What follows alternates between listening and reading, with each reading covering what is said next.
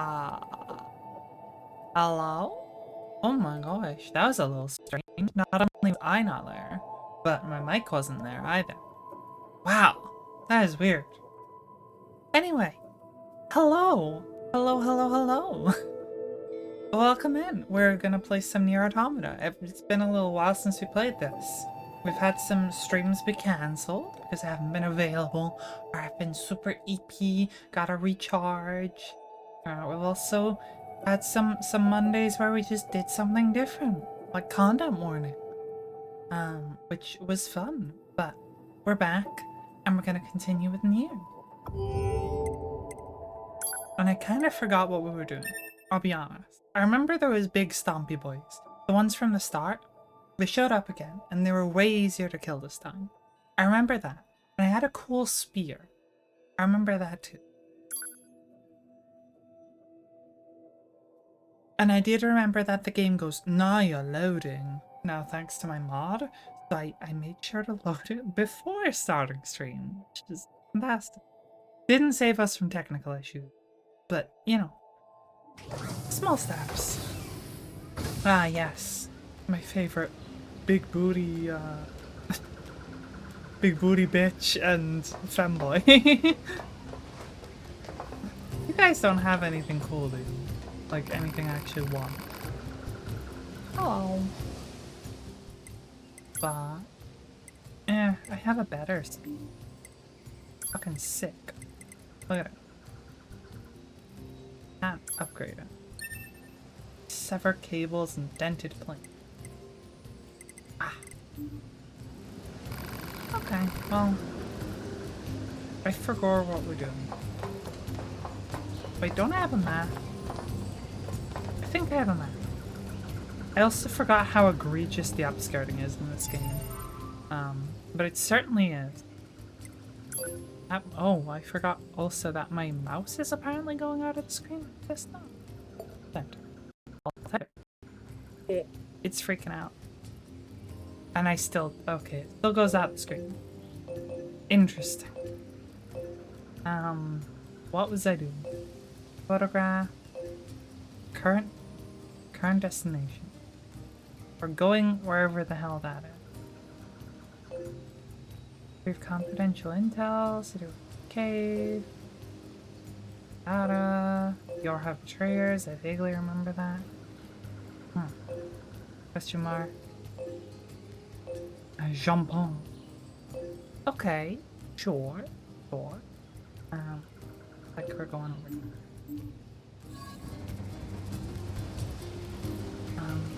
How do I get there? Hello. Gar. Oh! Eh? Baka? なんでしょうね、今の。さあ。 Can we talk to the other one? Hello. Yeah, what just happened? It's so embarrassing if you must know I was arguing with a child. Aww. I refuse to listen to you, now he's gonna run off to who knows where. Terribly forward of you, but you mind following him and bringing him home? It's the classic video game protagonist moment, but don't worry about it. I like your skirt. Judy big softly. Aww. Okay, well, I think we have to, like, save the world or something, but, like, let's go, like... Eh? トゥビー。はい。何？いつになったらナインズって呼んでくれるんですか？ 9S で十分伝わる。まあ、そうなんですけど。So where? Like, they ran this direction. Where? それにしても、母に子供か。機械生命体が家族という組織を形成しているなんて驚きですね。連れ戻したらお礼に脳回路を覗かせてもらえないかな。What? 行き過ぎた探求心は悪趣味。冗談ですよ、冗談。Okay, where is the John? They're running this direction. This is blocked off again. Or unless I don't? Clearly they didn't go through there then. They run down? Hold on. Probably in the map. Eh. Map. Photograph. We're here. Eh.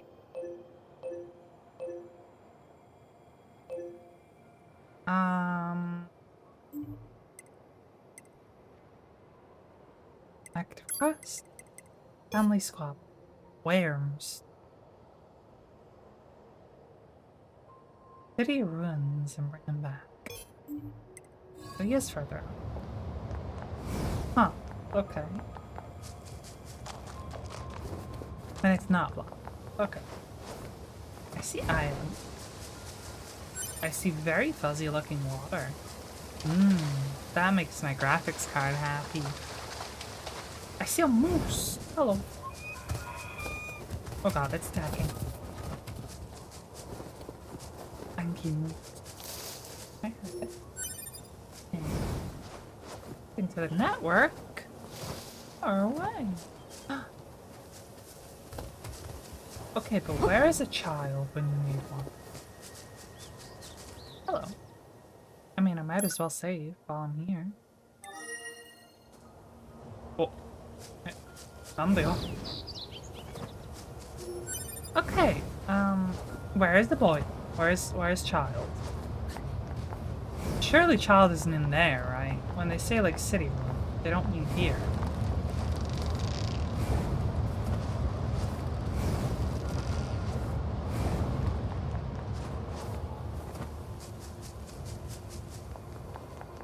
Hello? ここがパスカルの言ってた商業施設の廃墟みたいですね。記録によるとデパートという場所だったみたいです。Hi. Okay, so this is the direction we want to go for main quest, not for the boy? Okay. But where was...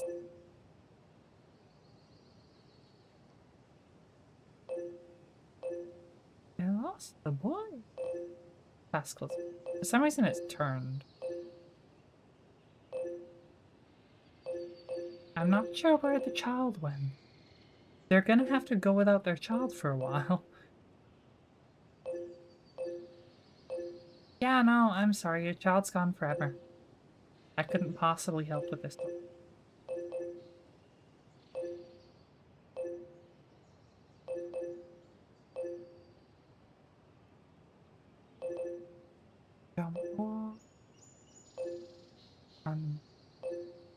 Serious letter. Question mark. Alright. Huh. There's also a letter. You are... Okay. Well, the child is gone for good. I guess they'll die now.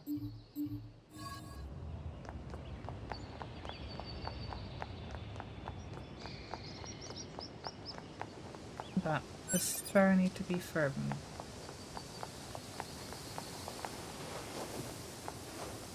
Oh, I didn't realize this was here before. Oh, but I can't use...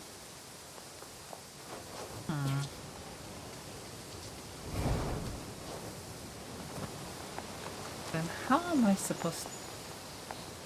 通れないな。何か仕掛けがあるんでしょうか。なんですか？僕らも人間だったらこんな場所で楽しく買い物をしていたんですかね。家庭の話は無意味。真面目だな、トゥービーは。警告。直上に機械生命体反応多数。森の王万歳。なんだよ、森の王って。気を抜かないで、9S。そんなこと言ったって僕はスキャナーモデルだから戦闘はあんまり得意じゃないんですよ。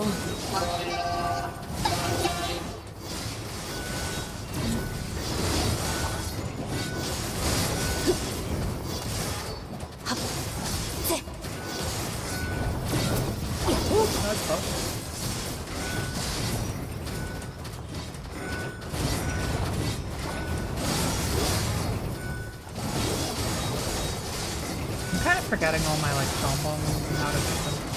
But you know. Oh yeah, I can right click. So ow! Okay, so much for right click.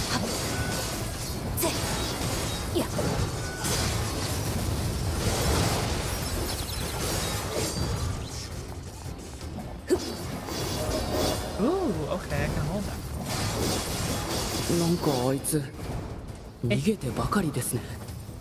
Come back here.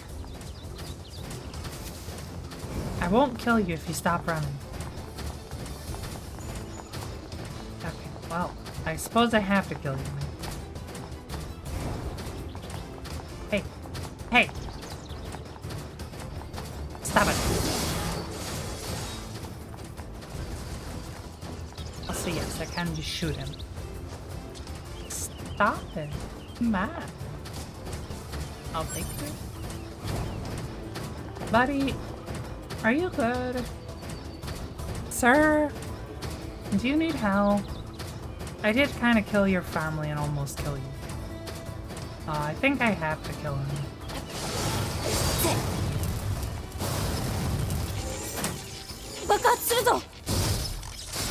Oh.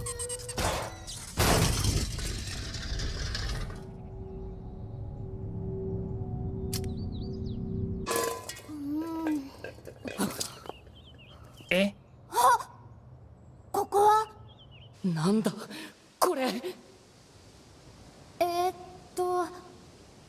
あなた方は怪しいから壊そう。トゥビー。ちょっと待って破壊する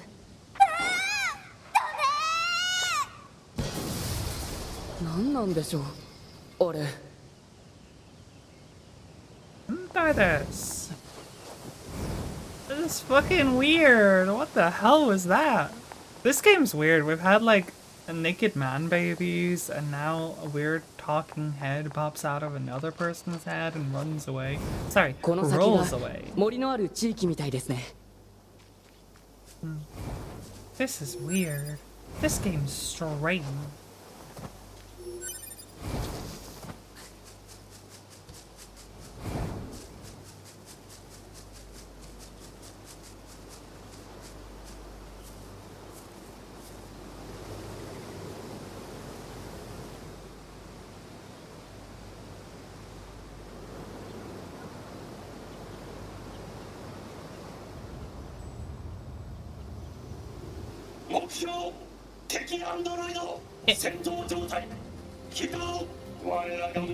How about now? 来ましたね。トゥビー、油断しないでください。それはこっちのセリフ気をつけてナイエスはい。はっぜいや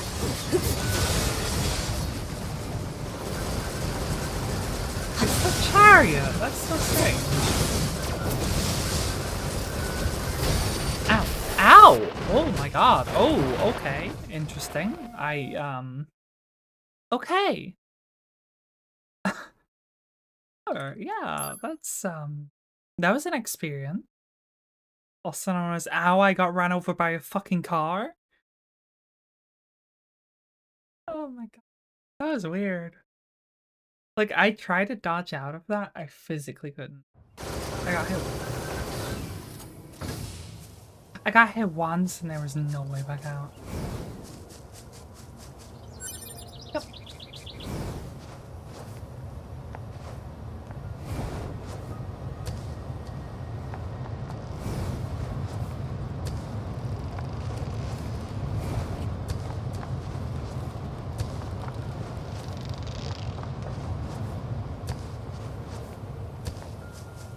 Hello.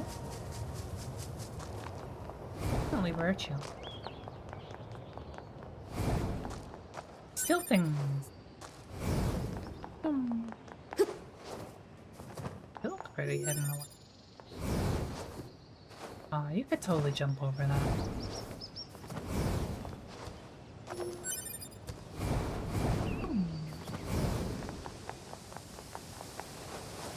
Also, that random like head ball was big, strong enough to smash straight through solid metal. So that's a little concerning. Alright, you know what? I'm switching back to the spear. I like it. I have my weird funky sword here, which has a different moveset to what I thought it had. This is kind of what I'm learning. Ooh, let's see. Okay, that's the combo that leaves me kind of full. Just spam right click, and it leaves me a little bit off. Okay, I can switch to the spear. I'm not completely off. You can do like 1, 2, 3, and stab.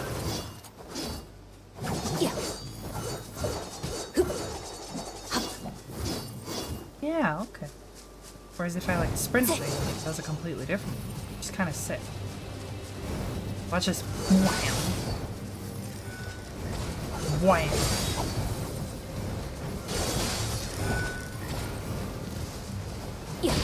Ow, ow, not again. Where's my body? That's actually a really good question. Where the fuck is my body?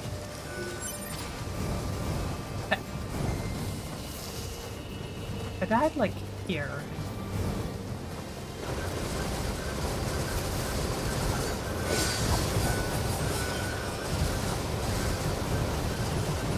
Okay.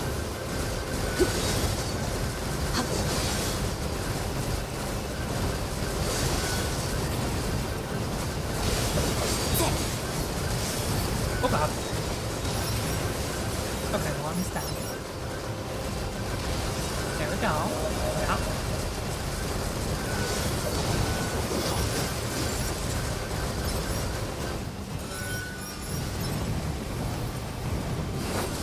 Yeah. Yo. Oh! ここの機械生命体は王国とか王様って言ってましたね。奥の方に城らしき建造物が見えましたし、ちょっと行って調べてみましょうか。Did I not leave a corpse? It asked me to put a master. Wait. It should be here. It's on the map. Right? No? There! I'm in the bush. Gotcha. 3, 4. Yes. It would be kind of weird to repair my old body and have 2 versions of me hanging around. You think? Kind of fucked up even. Like, dead me has to fight alongside the living me, knowing that it won't last very long. And that it's already dead and gets to see the other me living on. You know? Or like a real one.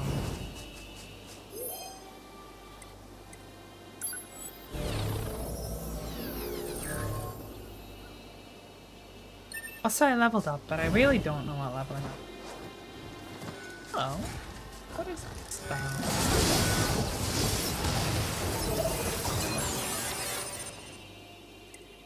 Do a little save. Yeah. Mushroom. Ah. Eat it. Okay, that, like, we died to a I was gonna say a salmon, but I think it was a different thing. Maybe it was a salmon. Well, we died to a fish.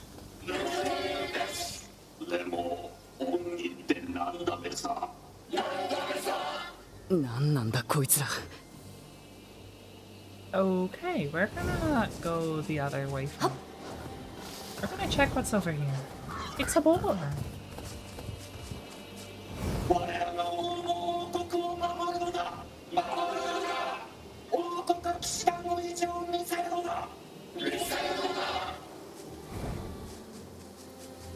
Alright, this way it is.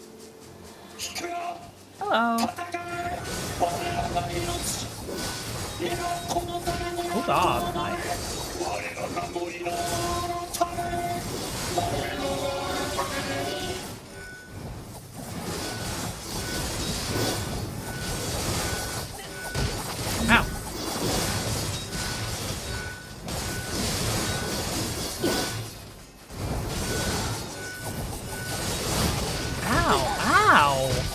Ow. Ow, oh my god. Oh my god. Okay. You can just get, like, bullied in this game. Like, if you back up into a wall or something. They're fighting the moose! But yeah, they kind of just like chain hit you. You do not get iframes apparently. Or at least not for very long. Ow, ow, see what I mean? Ah, I was trying to pause so I could heal, but that did not. You can't do it in there. Like he just keeps stabbing. Give me a medium. Followed by a small. I also still don't know if there's a button for that to do it easier without pressure.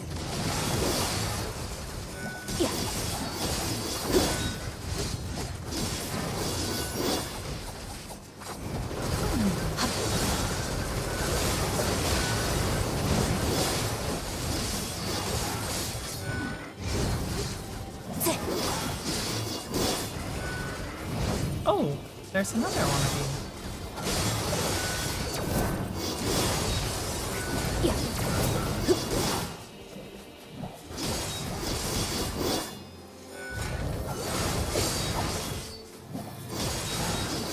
There we go. What is this? Deadly heal? Deadly heal? I can murder people with my heal?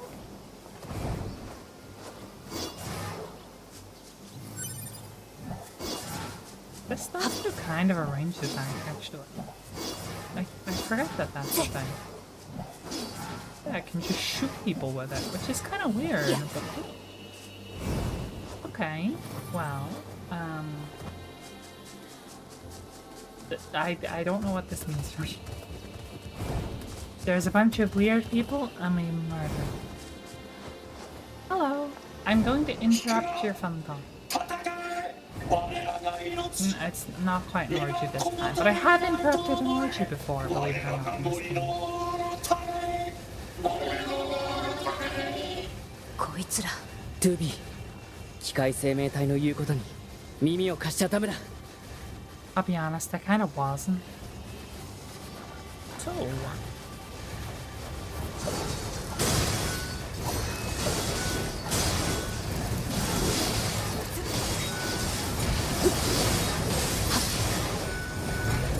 nothing.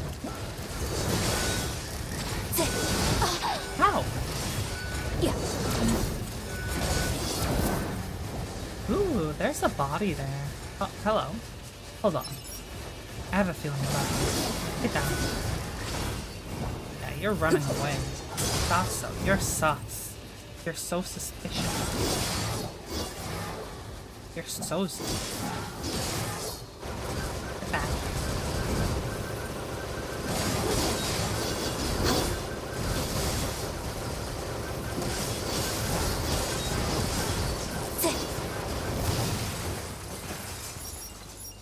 Do the others like stop attacking or freak out now? No, okay, they still attack.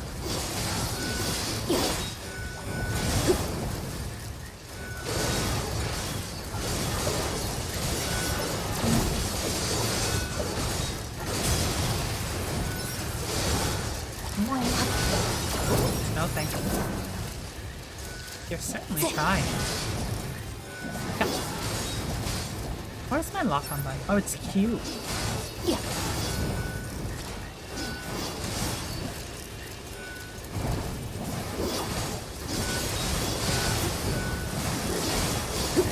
Okay, it's not very helpful right now. There's so many enemies.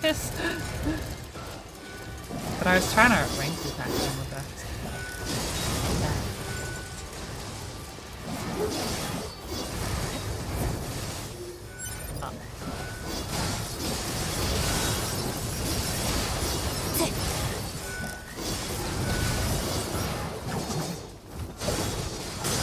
Yeah, blast it.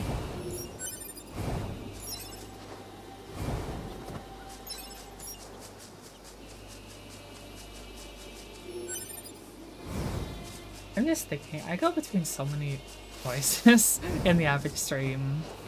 Like, yes, British, also sometimes kind of American, also sometimes speaking Japanese, also sometimes being Scottish. I'm like, yep, this is just a normal shared stream. This is perfectly normal. Hello. More than me. More than not me. Or boar. That's also not moose. I mean, when you really think about it, isn't everything either moose or not moose? For example, moose, that's a moose. Me, not a moose. 9S, probably not a moose.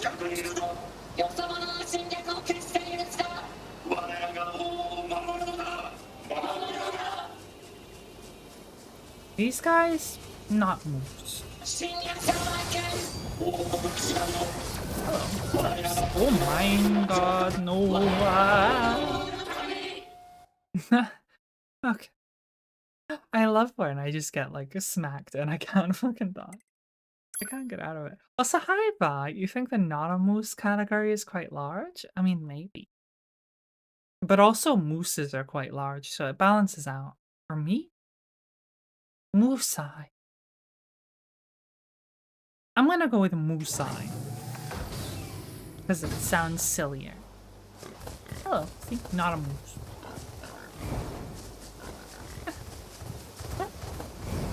Oh, Koshi! Hi, Koshi. Hello. What is that emo? What is this? Eh? Oh, it's a person. Aren't whales in the not a moose category? So does it really balance out? I don't know. That could be like sea moose for all you know. この場所、あの女性にお願いされた写真の場所じゃないですか。座標を記録しておきましょう。 Oh, okay. Or where's the dog? Over there. I think they're gonna try and run me over again.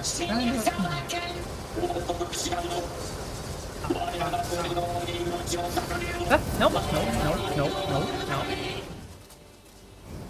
Where's my corpse? Where is my corpse? Oh, there's my corpse. There's also another corpse. I'm gonna repair this one. So that I have a friend. Oh god, I'm gonna die again. For the love of the gods. Okay. And then we're gonna retrieve my body. Thank you. And that gave me my health back. Amazing. I think our friend just exploded immediately though. Yeah, these guys are like actually dangerous. If you're in front of them, you just die. Well, I mean, look, I was getting a person, but for some reason getting a person doesn't pause time and doesn't give you iframe. So, you just die. You know? But we didn't die, so it's all good. Really, it was a strategic decision.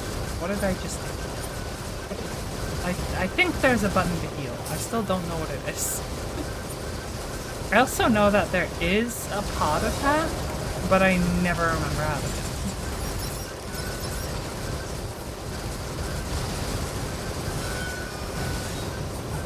Oh god! Isn't there also like an aerial attack if I use the shoot button occasionally or something? Yeah, like that. Get fucking blasted.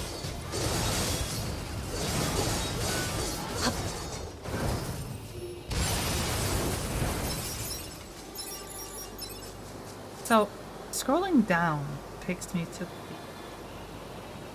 And then I can press E to use. Okay. But if I scroll up, it changes weapon. Like, if I scroll down, then I can scroll up. But if I scroll up too far, then I change my weapon. What a wonderful, like, control scheme. Scroll down, and you're allowed to scroll up in the menu. But if you scroll up too far, you go into your weapons. And if you just scroll up, you go into your weapons. I have to scroll down and then proceed to use it. Okay. Okay. But I think I'm learning. Maybe. Perhaps not. We'll see. Ah! But not a moose attacking. What's that? That's a lot of bullies. We already fought those ones. What is this?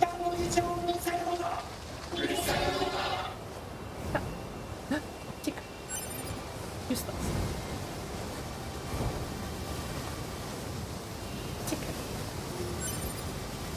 I don't know if that あのお城にはどうやって行けばいいんでしょうね。 Are you good, Ninax? You're really freaked out for a second there. Bro jumped straight off the cliff and then was like, oh shit. Ooh, flippy. Also, Vivi, have you ever played this game? Because this feels like a game you would certainly... I feel like there's a certain thing about this game that you like. You know, just I have a feeling you might like the game.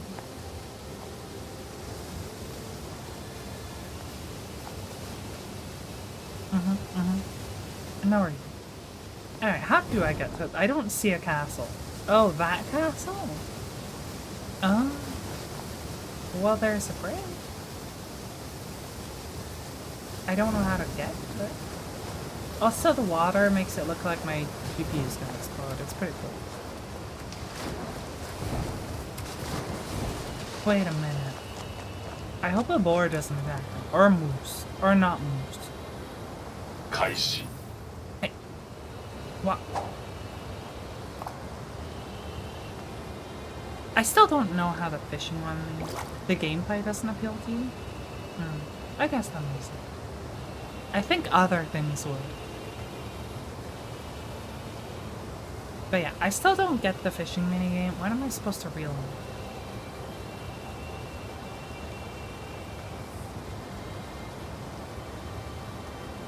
That sounds ominous? Not really.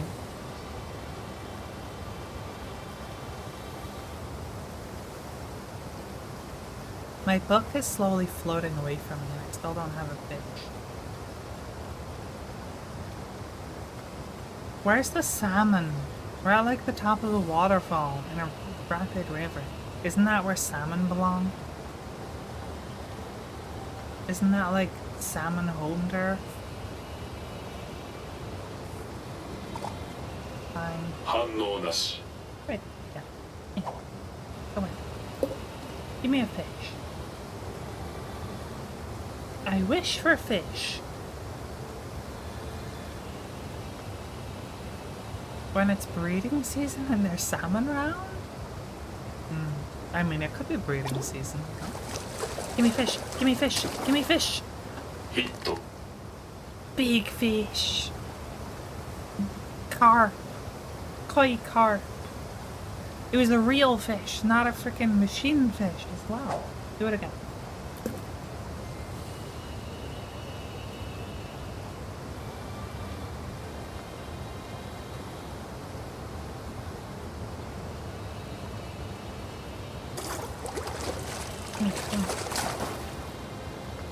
It's 未知 fluffy. の物体 Fur car?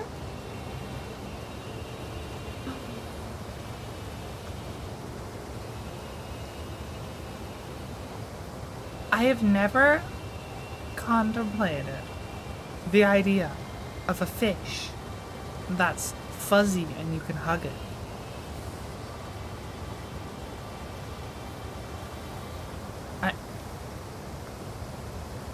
終了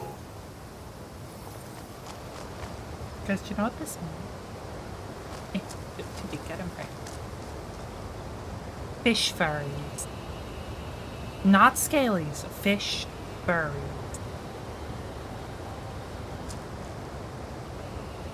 Anyway.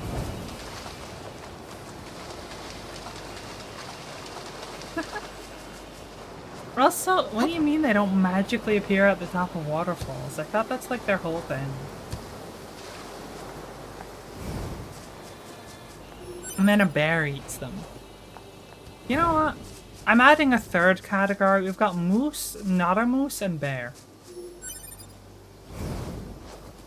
I think bear deserves the category. There's no magic involved, but there is fucking moose. Holy shit. Ow.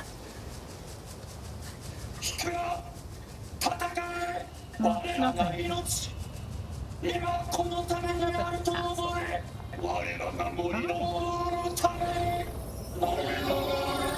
I just yanked it. I didn't even catch up. トゥビー、機械生命体の言うことに耳を貸しちゃダメだ。I see a bridge. Wow. It's a desperate struggle to return to a place they spawn so they can spawn some eggs or swim into a bear's mouth. Yeah, truly the only two goals in life. Breed or be eaten.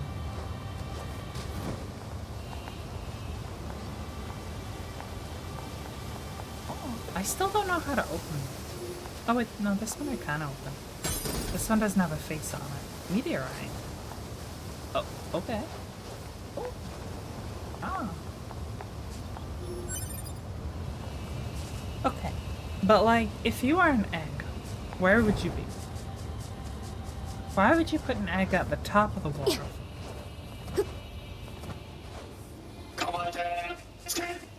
More secret. Under a chicken.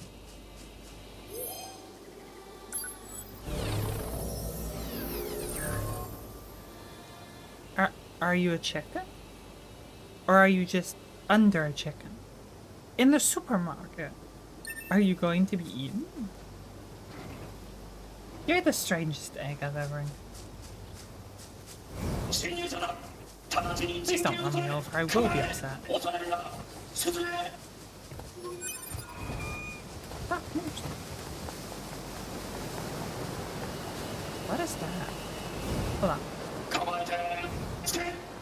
Trust? Deal.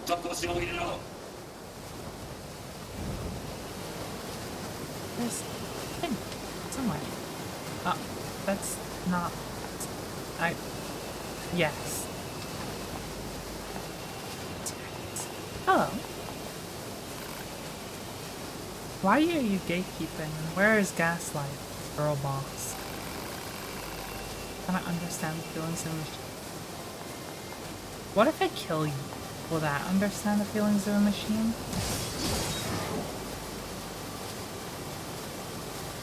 Is your feeling pain?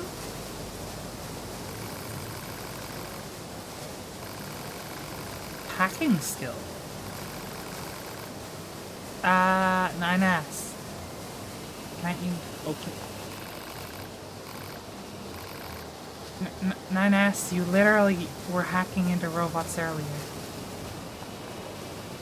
Do thing. Bam. Okay, well, that's a strange boy. I don't know what his deal is. But I was going the other way.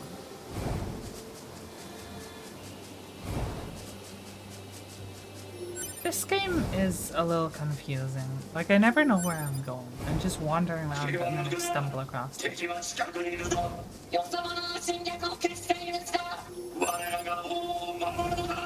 That is a cool game, but I don't know what the fuck I'm doing 90% of the time. Yeah.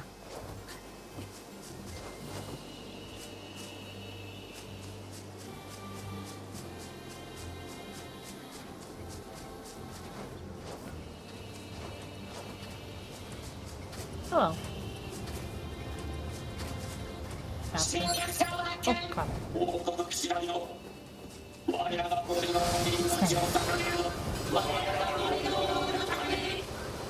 Oh, they can block above them. Weird.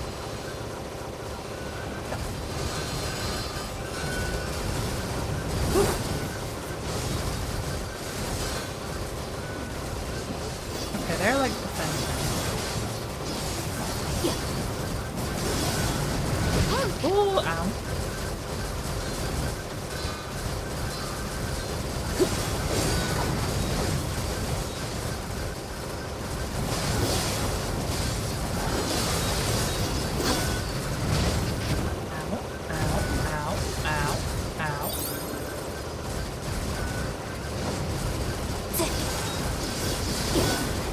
That too, but way cooler.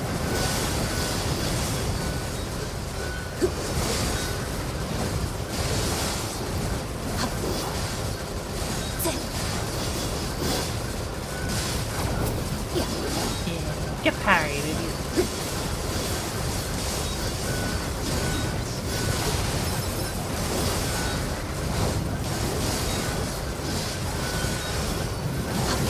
Oh god.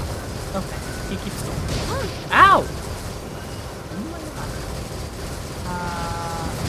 Oh! Oh, oh, oh no. There. Why is it going? Oh! Fuck! Fuck! I forgot.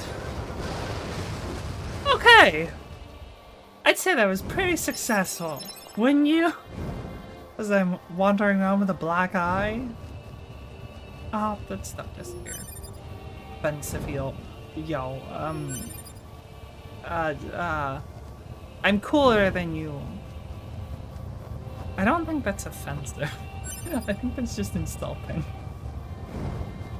I was trying to think of like, okay, what would offend someone but also make me feel better? That was the best I could come up with. Look, I didn't claim to be a good streamer. You guys watch me because さっ I'm き the の機械 local 生命 loser 体たち streamer. 王って言ってましたね。機械にも忠誠心が芽生えることなんてあるんでしょうか。 I would love a save point though. Or eat more. Or a random body, that could go. This looks like it's gonna be danger.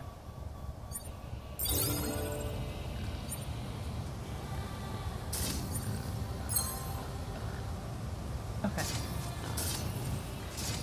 I kinda like my spear. Wow. See, it's cool. I thought this would be danger, but it's only boring. You could say it's kind of boring? Oh, I'm sorry. I didn't mean to scare you.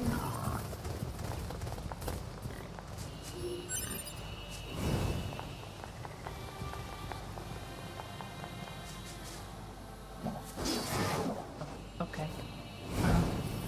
Not that.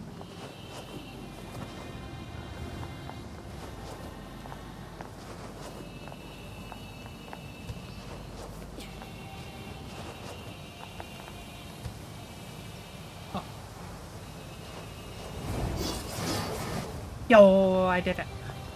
I don't think this does anything for me, but I did it.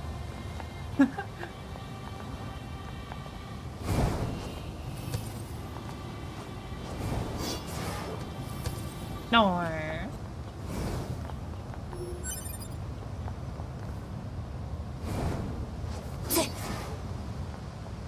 Oh, am I looking? Oh, burn.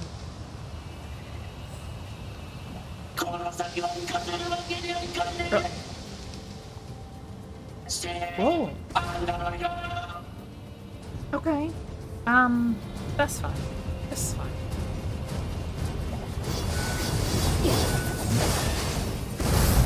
Oh, looks like fun. Oh god, if I touch you, I get hurt. Okay. One of those. But I have to shoot you, I think. Ow.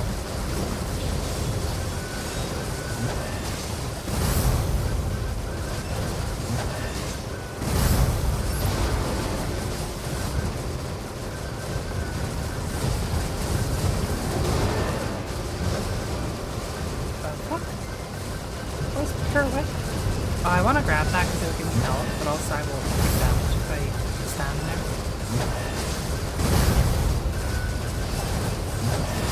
Oh god! Oh god, not good. Very not good. Okay, yeah, I would like the health actually. Whereabouts was that corpse? Okay, there's more. Okay.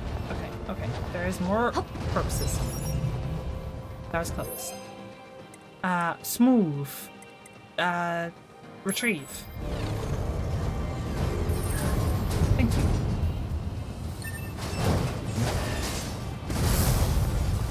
Thank you, Smooth. Oh, I know for a fact there's more.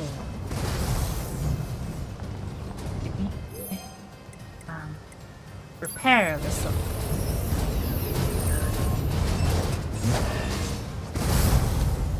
Yeah, get up. This is probably a bad idea, but I'm gonna take this. Now we're chill. Yeah.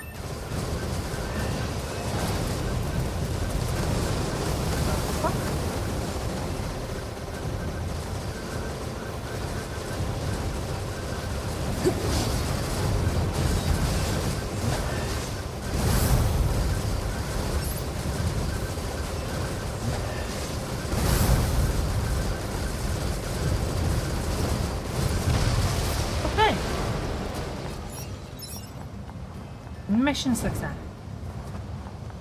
That's an item.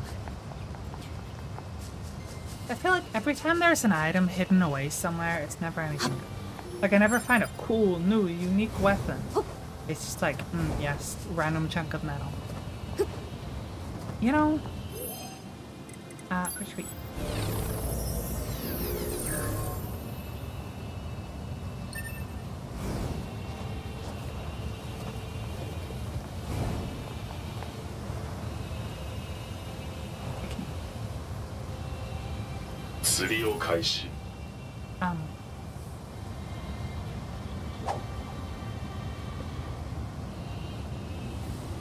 Long range fishing. I think it's doing it. I don't think it was doing things. Kinda looks like it's freaking out. How do I not know when it's actually freaking out?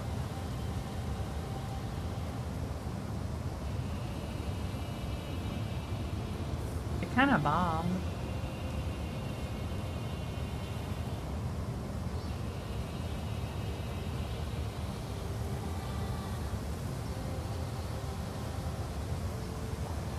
I'm just gonna. I don't think I can fish properly.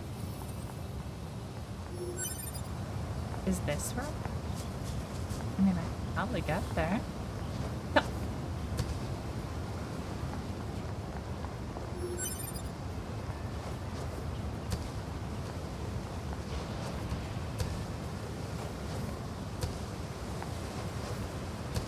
Well, I found a thing. Maybe I should have been that way. A Ravelft? A Revelft? Revelft raided the stream with 6 viewers. Thanks, Brian. I love you, Brian. You're so cool, bro. Hi, Revelft. How do I get back up? I got the secret chest. How do I get back up? Revelft! Hi. Tiny person, right? Is a Revelft tiny?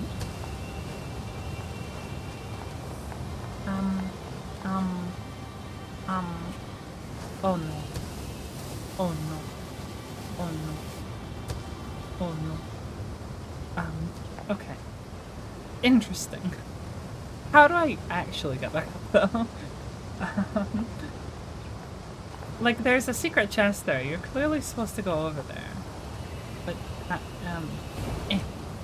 Oh. Could I just do that the whole time? Oh my god. I might be stupid. Chat, I might be stupid. Ravi or goblin? Goblins are tiny. Ravel's not a goblin. Who's a goblin? Goblin D's nuts. Sorry. Something.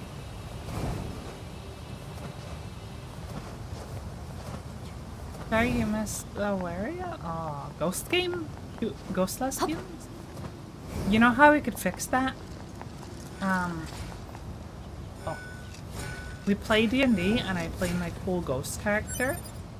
And then I'd be a lesbian. It's a pretty cool idea, right? Oh.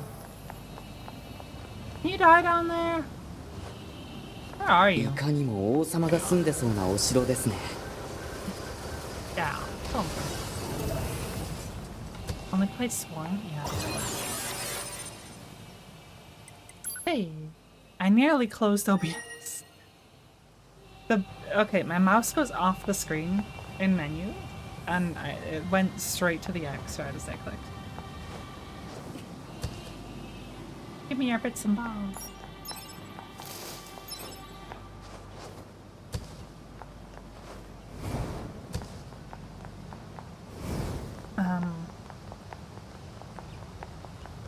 Okay, we found weird, suspicious castle.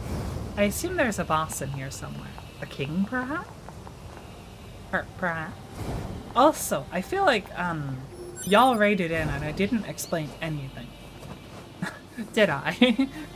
So, we're playing Nier Automata. We are cute and kind of smexy. and there's mobots, and some of them don't like us, and some of them do like us. But we kind of don't like them, but also sometimes we're chill with them, depending on if they're chill with us. And there was aliens, but the aliens are dead, and now there's Naked Man Baby. And a weird head. We found a weird head that started rolling around streaming. And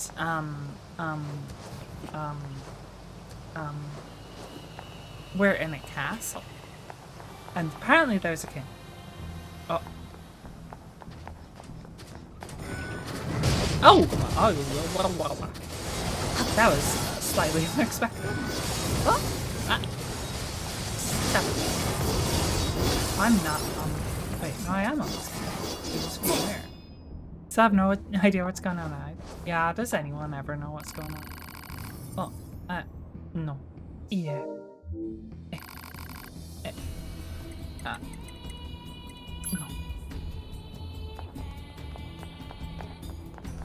Yeah, we are playing as a pretty android lady who gets upskirted like all the time.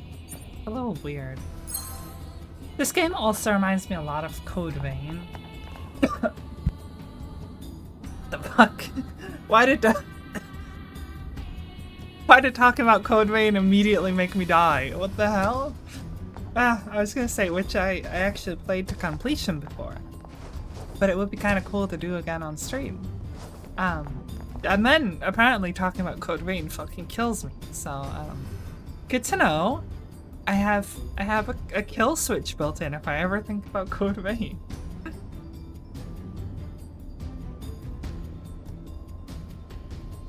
That sure is an obscure one. Okay, right. Let's continue.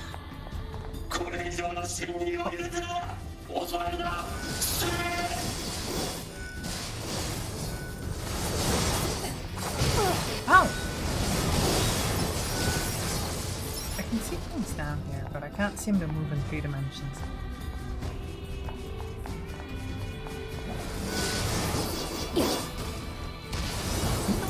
Out of everything? Which everything? What are all the things?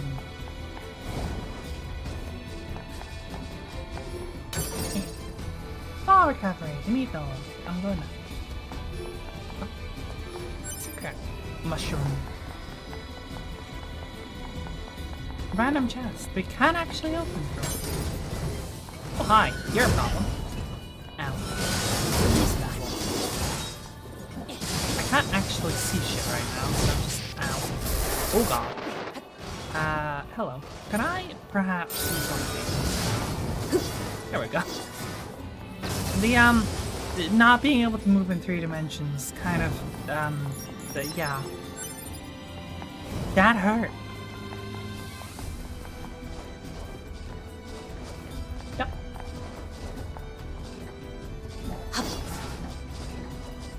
Oh, blah, blah. Yeah, I can believe many things you see in the state of the world right now. I'm having to go with a weird head allergic to cocaine, but an allergy to yeah, that's true. Look at these guys, they're so happy. They shouldn't be, they're gonna die. Hostile enemies, isn't that a little? ナインエズえ、今なんて言いました？わかったナインエスえ、違いますよね。もっとこうナインズ的な発音でしたよね。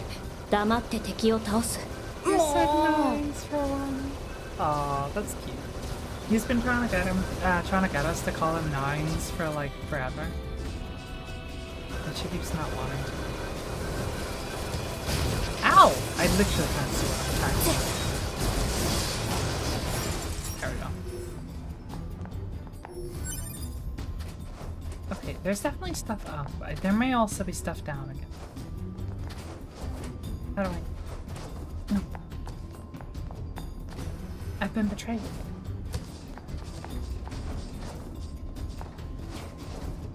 Weird heads, yeah. Sure. You know, like when there's a cute but weird girl and then you get a head?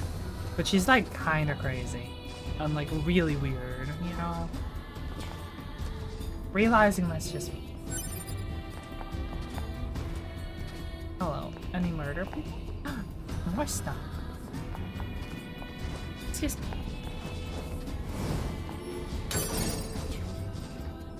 melee attack up. That's pretty easy. Oh, stop.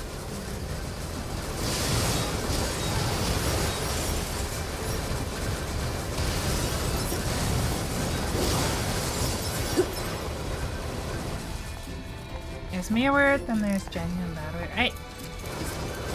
Hold on. Okay, this is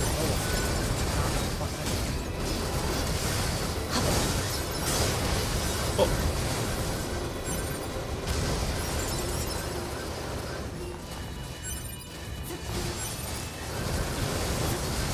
I love not being able to see what I'm doing.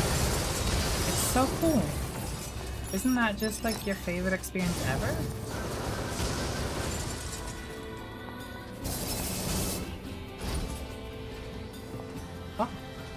Oh, no thank you. Oh, that definitely looks like I could climb that, but apparently not. Oh, what's that? No, fine, okay. Yeah. Moldavite? What the fuck is Moldavite? Also, is this really confusing for anyone else? I feel like 9S and 2B look a little too similar. What am I missing here? You can always start typing headpat into the... Oh, right, yes, I see. Yeah, that's true. No, Vi has a point. Where do I go up? I walk? This stand up? Oh, hi. And then, that's a weird... But also that. 機械生命体の部品。これは必要ない。 What do you mean don't need it? Take it with you. これは God damn it, that's gonna be like some quest item and I'm not allowed to take it until I have the quest. So I'm gonna have to go away, find the quest and then come back instead of just grabbing it while I'm here. That's some bullshit. How do I get to this outfit? I couldn't like jump from up there.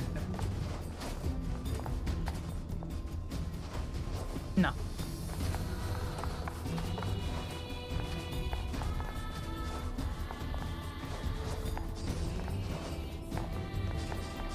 Go this way. No, see, that's where I wanted to get to. How does one get up there?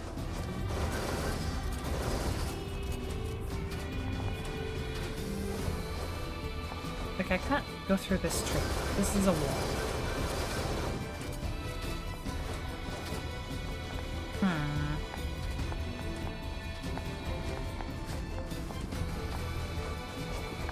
Anyone see a solution to that?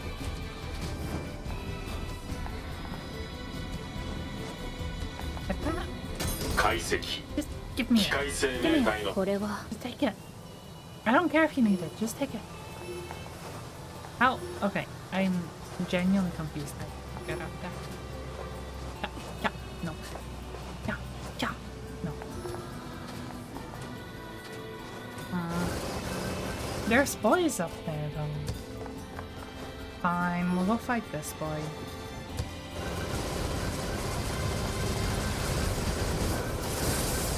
Oh my god, he's freaking out.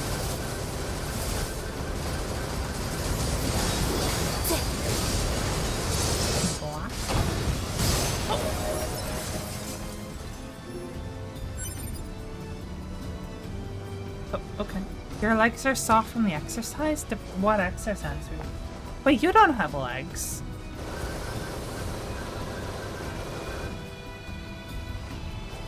I feel like I'm being lied to. I also feel like I don't understand.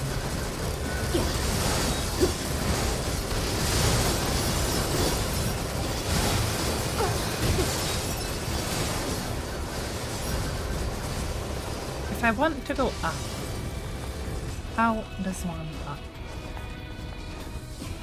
How would you up? If you were a creature, how would you up?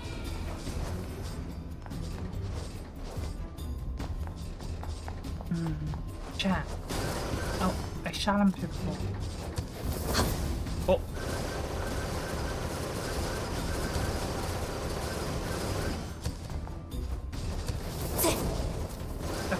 not quite what I was trying.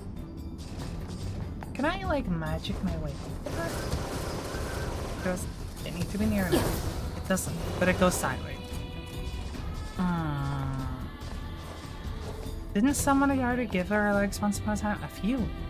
There was the Silsey one, the other Silsey one, and the Miko one. How do I get to you?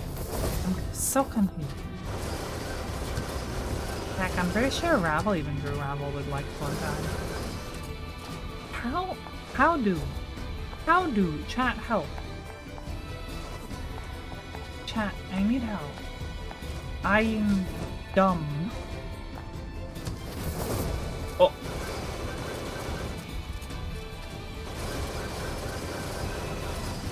Rava's been officially looted more than anyone else here. I don't know if that's true. How many loot Rabbles has there been? There's been the Silsey, fluids on the screen one. There's been the Miko one. And then the Silsey one. Of the interesting one. What else is there? Mel? Did Mel? Is Axie looted? Or are you just saying the ones who drew legs?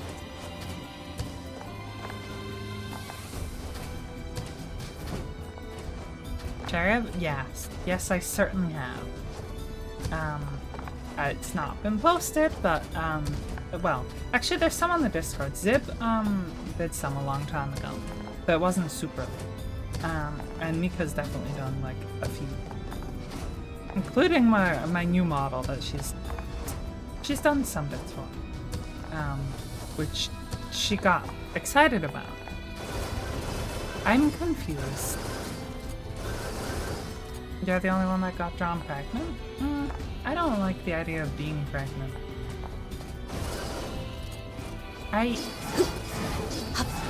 Okay, 9S is as confused as I am. It's chat. Stop talking about being looted and tell me how to get up. I'm just standing around, like, doing nothing. Please, chat, I need help. Chat, I'm lost. You wouldn't leave a streamer to be lost, would you? I want to go up to that boy. But I don't know how. Oh, yeah, that's true. That's true, right? That was kind of weird. But if I want to go up there, how do I do it? There?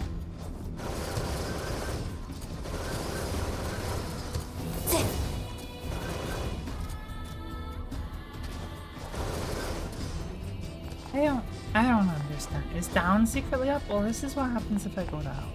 Go down. And then, can I go through here? I think no. There's, boys, stop trying to move. Yeah.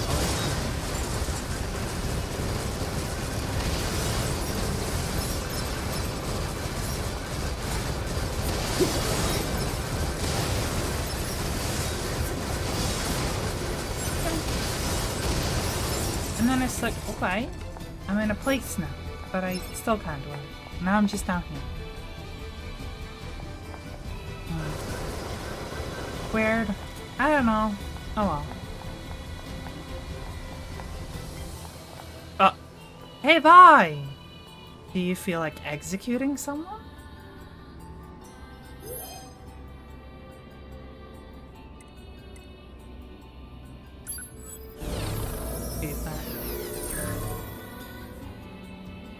Would I like to do the honors? I could do it. Like, I could do it right now. But, like, Viv. How bloodthirsty are you feeling? Yeah, let's go, Vi. Blood for the Vivi.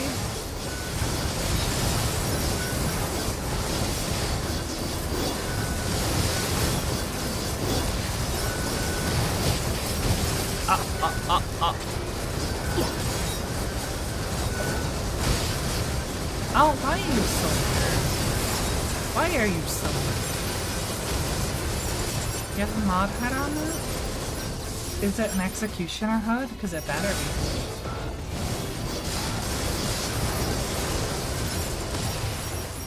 The Valkyrie helmet? You know, that's pretty sick. Well, I'm sorry you got adverts for being a mod. I don't know how that works, but sure. Move in 3 dimensions again.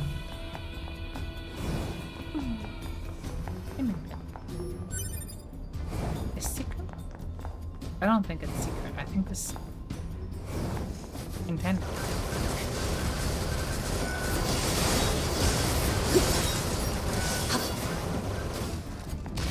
Ah. Wait. Stuff. Worm.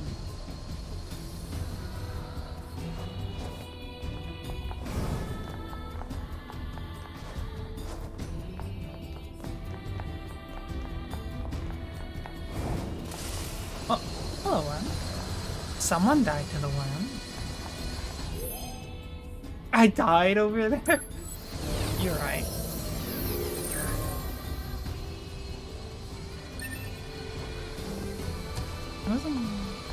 In 5D isn't, well, yeah, that's true. Like 4D is technically just time. So like everything is 4D real. Except when it's not. Except when it's 2D and has time, then it's actually 3D secretly. If you have a 2D animation, it's secretly 3D. You should start telling everyone it's 3D animation. Why? Ayo. Interesting. Interesting. So you've been watching some interesting things in 4D.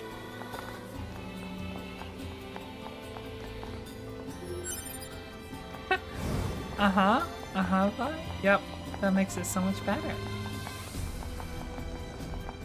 Oh, there's a thing up there as well. Elden Ring one.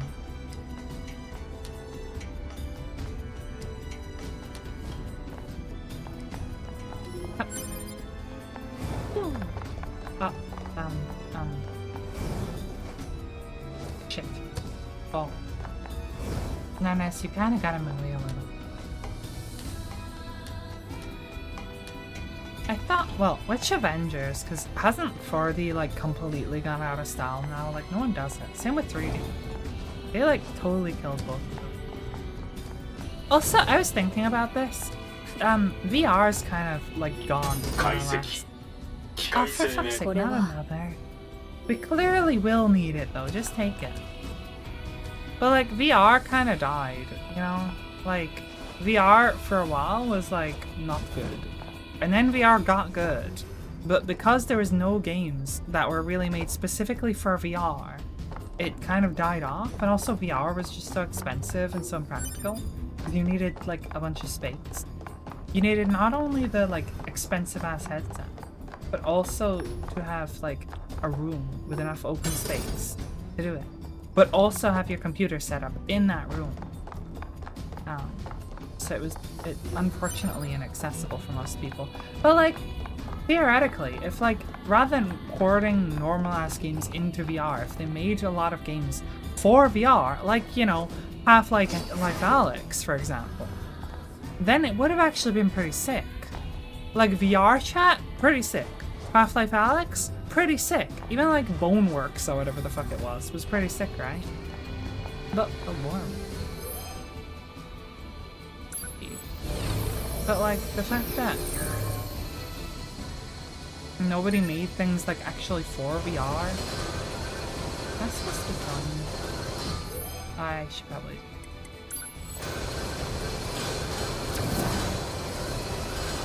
You're welcome, worm.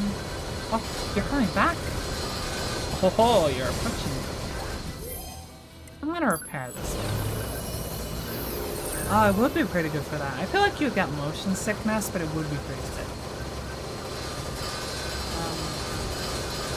If I stand here, I'm fine. Ow! Unless 9S pushes me into the worm. That... I'm gonna kill 9S myself. I'm gonna kill him myself. He pushed me into the worm.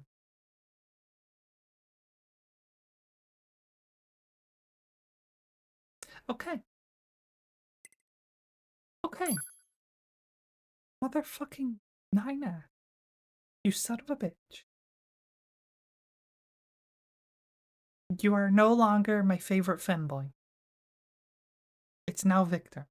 I'm kidding, it was always Victor. You weren't even second. You're like less than 10. Congratulations. Ah, we're so far back as well. You always thought he was a traitor? Honestly. For real, for real. He's too familiar. He's too friendly. He wants too much to be called Nines. Nines is such a traitor name. No legitimate person would ever be called Nines. Look, there's a thing down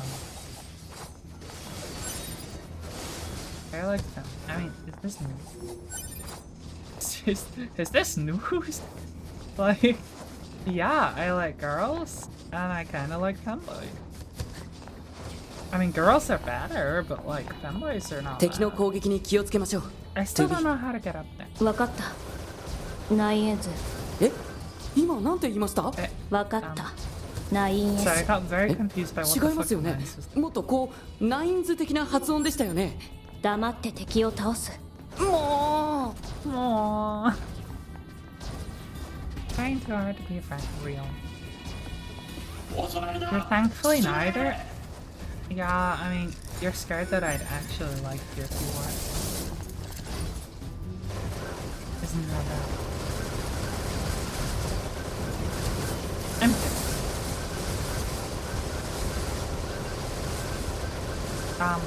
You're freaky. I kinda like it. いや。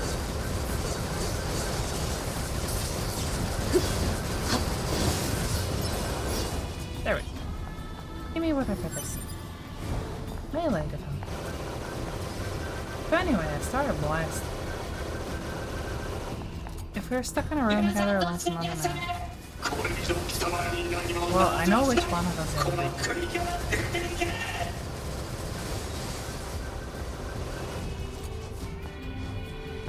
Oh, thank you. Shrooms. You ever done shrooms? Me neither. But maybe I should.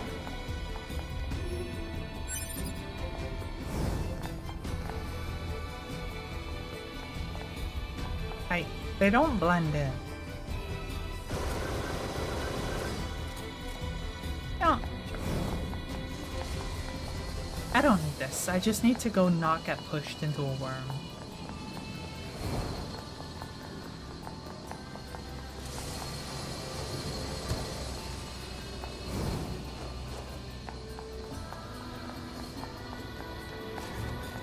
No. Oh, the worm. The worm. Oh. Worm. You know, Vi, I think you'd make a really good fuzzy worm. You know, the like worm on a string? I think you'd be so good at it. Oh, there's an item, but it's probably nothing. It's probably like a mushroom or something.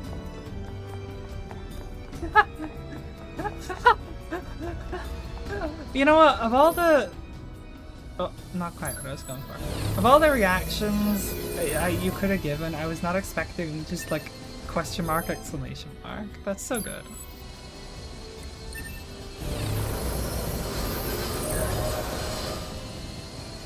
Yeah. Ah, fuck. Ah. Just the ammo about that. You know, do I need to fight this worm? I can just keep moving. Wait, there's a way down there. There's probably stuff and things. Oh, it doesn't want me to go down, really. There is stuff. There's a secret. Get the... it was for the other side. Dang it. Hello, worm.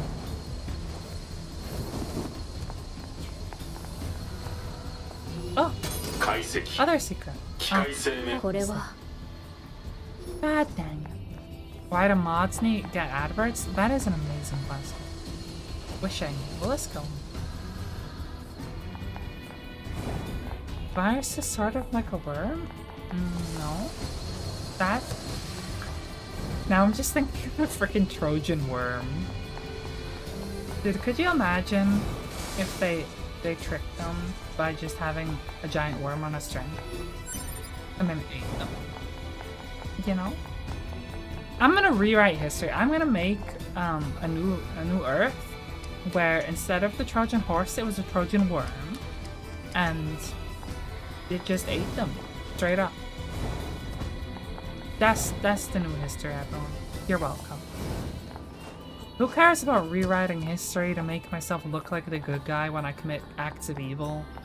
I'm just gonna make like stupid changes to history that makes like 0 sense, but are really fun.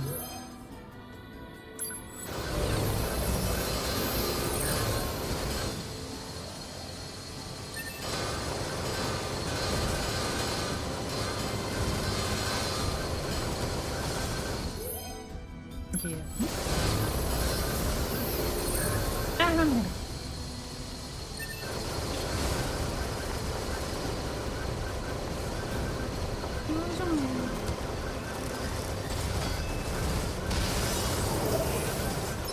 Oh, stop blasting. You can will time out. Vivi, you have permission to time out Al whenever you feel the need to. Congratulations.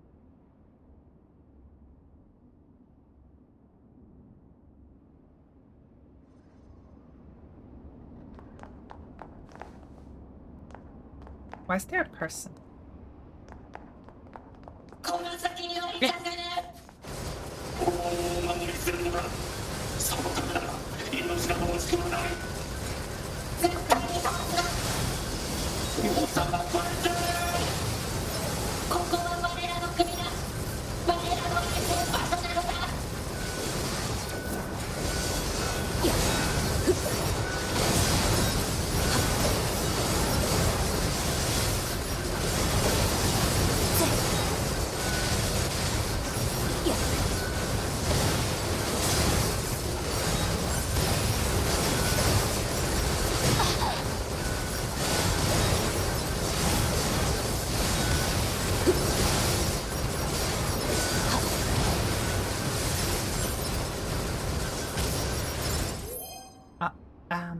Retreat. Ow.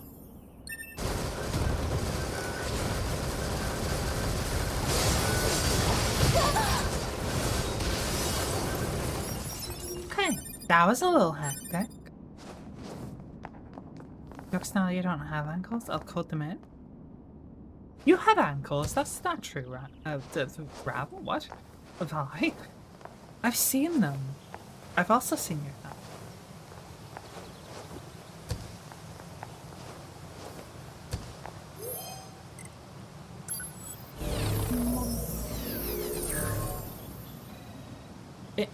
Phone? Creature! Phone creature? Depths of hell. Played you somewhat. Wait, what? Yeah, I am confused. You're right. I'm in a perpetual state of confusion.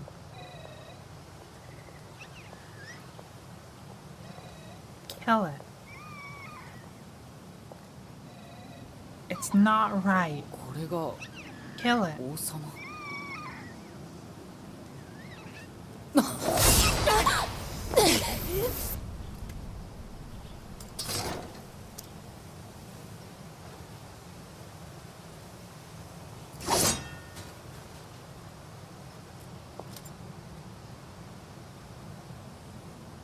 Hi.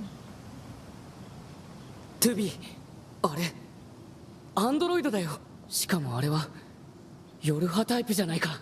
ヨルハ特殊指定機体を確認。破壊を推奨。破壊？どうして？ 9S 行くよ。トゥビー。Counterpoint. バンカーより 2B9S へ指名手配中である A2 のブラックボックス信号をこちらで探知した。 I like how they're just standing. お前たちの前にいるのは敵だ。でもあれは奴は脱走兵だ。何体もの追撃部隊を破壊している。うかうかしていると殺されるぞ。What if I don't? Hello. What if instead of attacking, I were to smooch? No? Casually approach one. What the fuck, 9S? What's your problem? Ow, ow. Okay, she's also kicking my ass.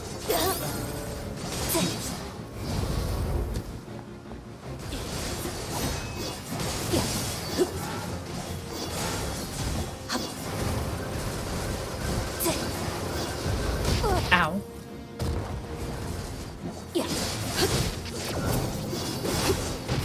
Oh my god, okay. She's strong.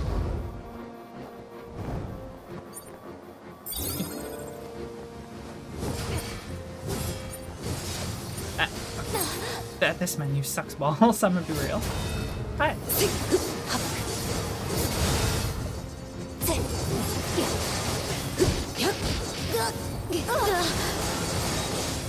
I don't want to kill her. She's hot. I mean, that's the main reason, let's be real here. If she was some random dude, I'd be like, yeah, sure, murder.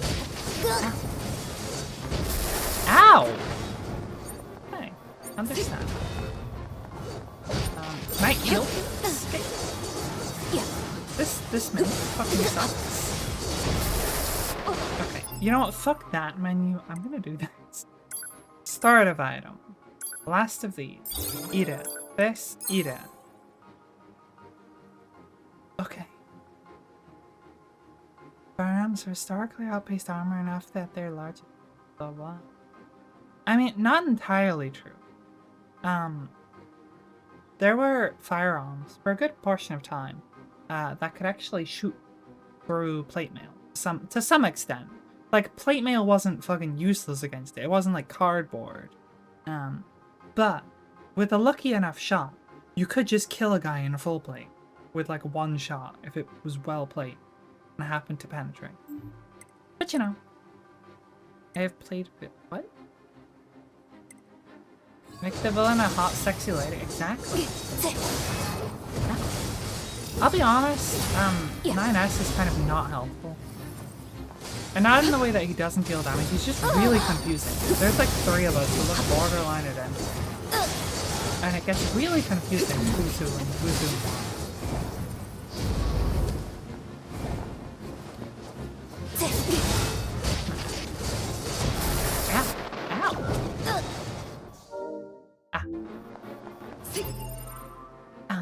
I'm running out of heals.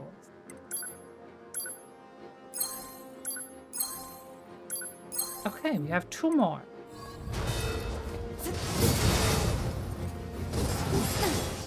Oh, yeah. Oh god.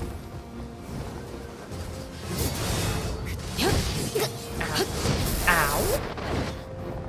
So about my 2 heals. so about that one.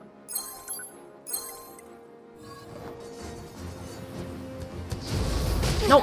Ah, I was trying to be in the air. I was so like badly trying though.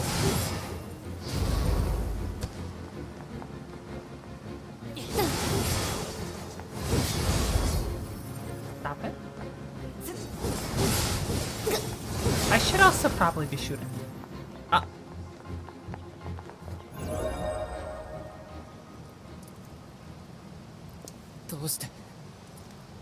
どうして裏切ったんですか。裏切ったの司令部だろ。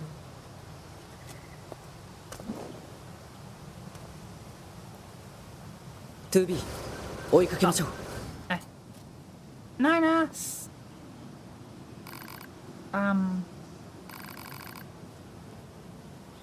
Stop it, bitch.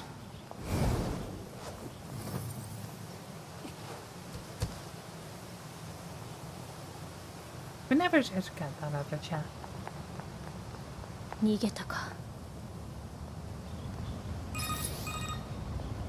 バンカー、こちら 9S 司令官につないでください。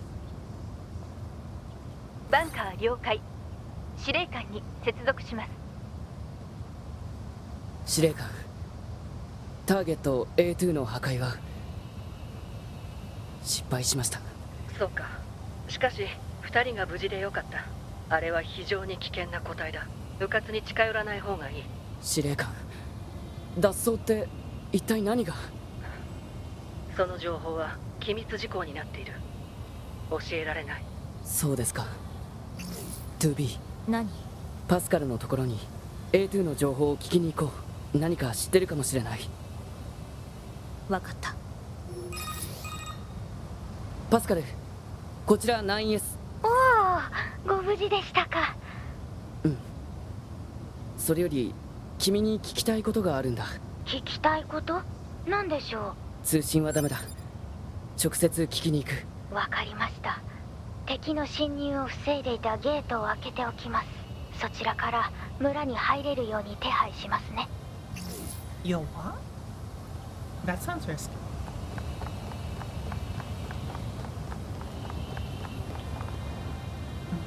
Fish. Your apples in a trench coat?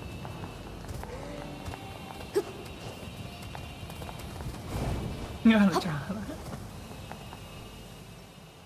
that? For some reason I can't for the life of me remember how the song went.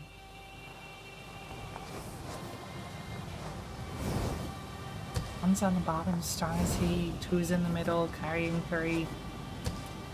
Three's on the top, pretending not to be three kobolds in a trench coat, I think. Can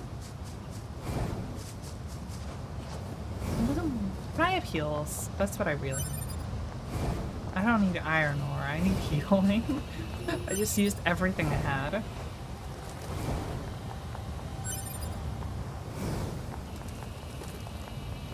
あそこがパスカルが開けてくれた門みたいですね。Doesn't look real. お待ちしておりました。話はパスカルから聞いています。で You're は not a moon. 門を開きますね。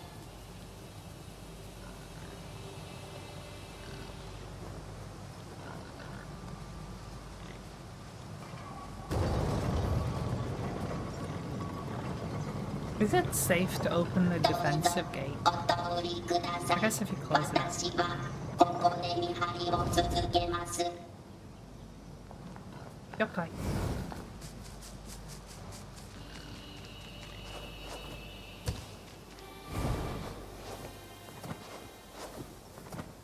Arawa kakkoi de.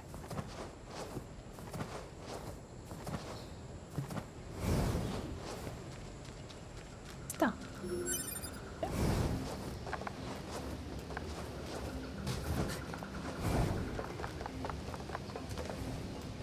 Oh. Aw, creature. Free monitors? Maybe.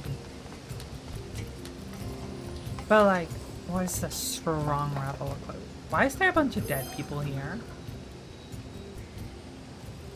Take it. Give me a heal. Okay, it's giving me offensive heals. I don't know if that's helpful. Take it.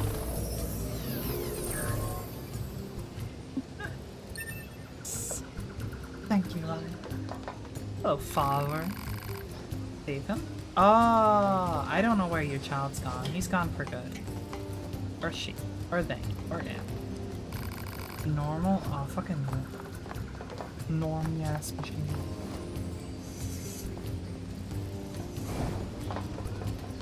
Oh, you're less normal. I don't need a house. Sure, sometimes it would be nice to be warm and cozy, but out here I'm always free. Sure. Indoor machine. My house, everything's within arm's reach. Comfortable life, I have everything I need. Not gonna lie, I'm vibing with outdoor machine. Sorry, indoor machine. They're kind of... Hello, Pascal. ナイエさん、どうしたんですか？直接話したいって。話すよりも実際の記録を見てもらった方が話が早いな。はい。なるほど。この A2 というアンドロイドですが、私たちの過去記録にもあります。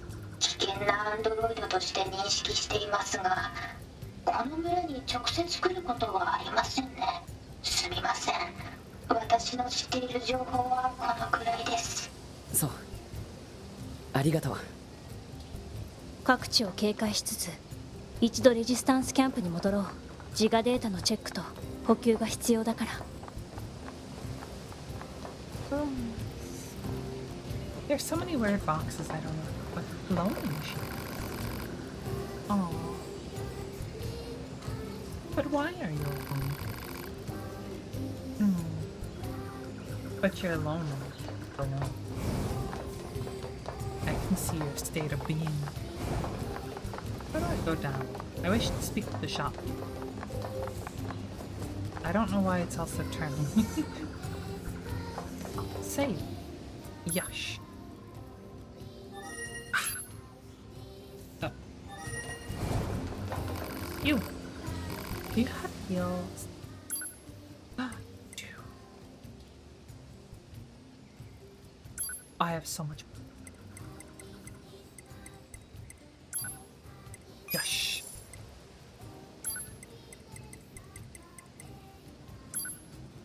Hi. Any other? Not me. Hello.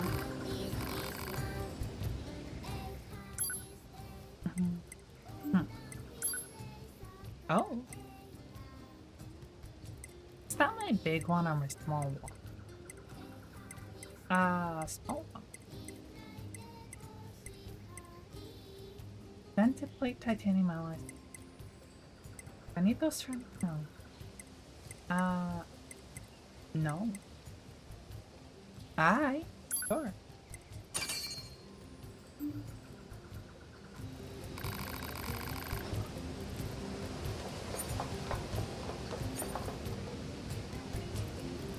Okay. And then we can transport our way out of here. Back to the Resistance. See, what I don't understand is it doesn't physically move the body. So how do we fit 9S in there at the same time? Like, all it does is, like, I step inside and it takes my mind and transfers that over to a body in another box. 9S なぜ A2 の情報をパスカルに聞いたの？司令部に許可なく機械生命体にアクセスするのは推奨されない。ごめんなさい。でもそういう好奇心旺盛なところは嫌いじゃないよ。ありがとう、トゥビー。私たちの敵は機械生命体だから、それを忘れないで。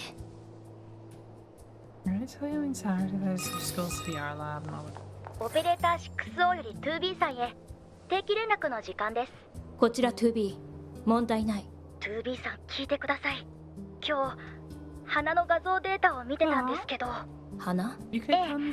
バンカーに記録されてる少ない資料の中に月の涙っていう花があって、これ髪飾りとかにしたらクールな 2B さんによく似合うと思うんですよね。必要ない。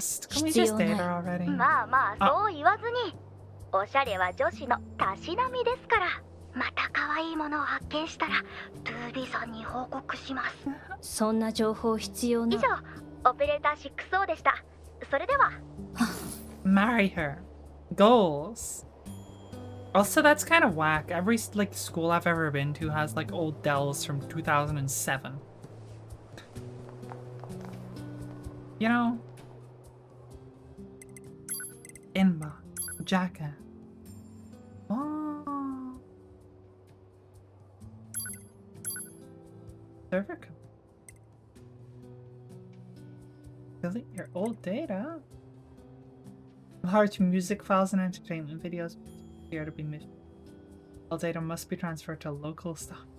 The freaking IT. I like that there's like IT androids. That's cool. Let's be honest. If I actually existed in this world, I'd probably be an IT engineer, android. In a few years, they'll be the equivalent of old Dells from 2007. Yeah, but they're not right now, which is weird.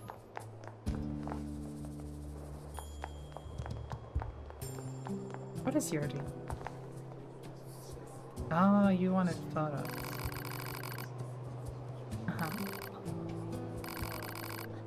That's a great question. Hello, strange person.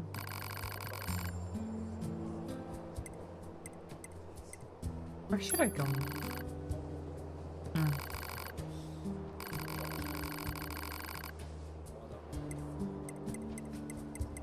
I'm good. Hold on. Oh, there's a new guy with a thing. Wait. Hold on. Hold on. All item.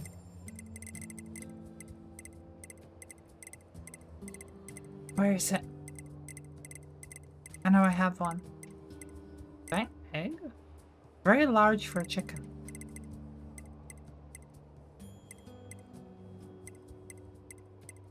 There it is. Oh. Yeah. Squad. You imagine you'd be the one building the new androids or repairing them? Yeah.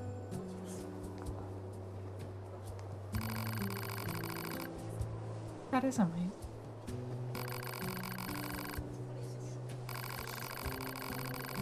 Omniscient. Reading mail is inconvenient. Don't read mail at access point. And send it directly to other Yoha. And stick it in. A retro it is? Kind of like a hipster thing, I guess? Bro just told me it's a hipster thing. Hard to see the 3D map.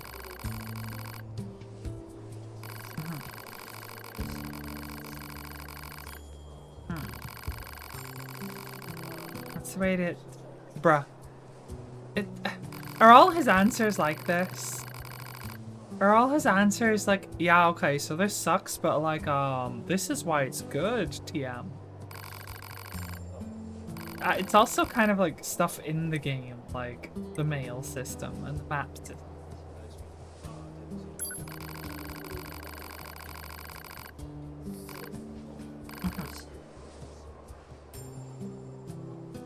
Weight of the enemy and the value of the parts you obtain.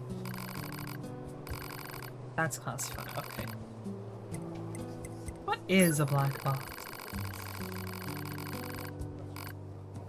Fusion reactor down.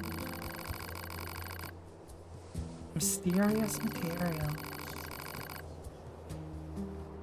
That's a little dark.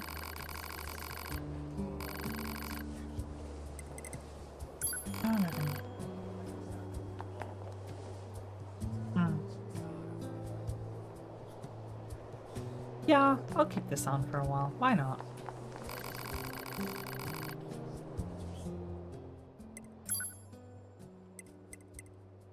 This is level 3. There's still level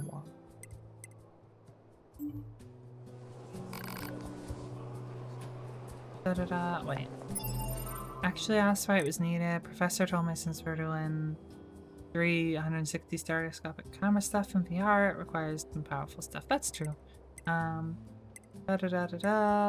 All like 4K. Well, you have 1440p monitors, so there's kind of no point in stuff in 4K. But sure. Costs like 2K in total. Yeah. Bulk discount. True. Also, like, they're probably not buying them like consumer gamer electronics. It's a school. They probably got like funded for it. And they probably bought it through a specific company. Yeah, business owner of crypto mine like half a Bitcoin. Probably a lot more, to be fair. They could probably make a good amount of money back if they really wanted to. But they'd also like slowly deteriorate their brand new computers. And they want them to last a long time. Also, like, is it just me or like technology these days does not seem to last nearly as long as it used to? And like a decent computer isn't gonna fucking explode after a few years. But like, there's like computers from 2002 that are still kicking. Do you really think like a 2024 computer will be like still working properly and everything all good, perfect, no problems in like 20 years? Yeah, that's, yeah, I mean, planned obsolescence and all that. Like, it kind of sucks. What am I doing?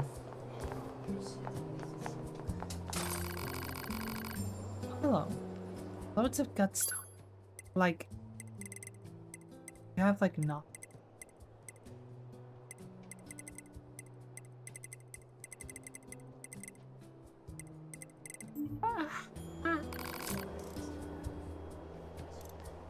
Moore's lore?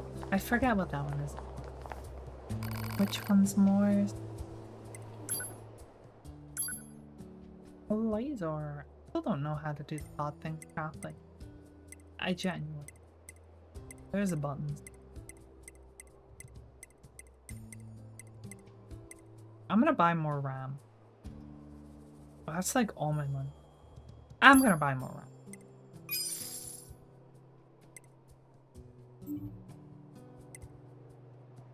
Every X years PC power doubles. Yeah, it's kind of fucked up, hasn't it?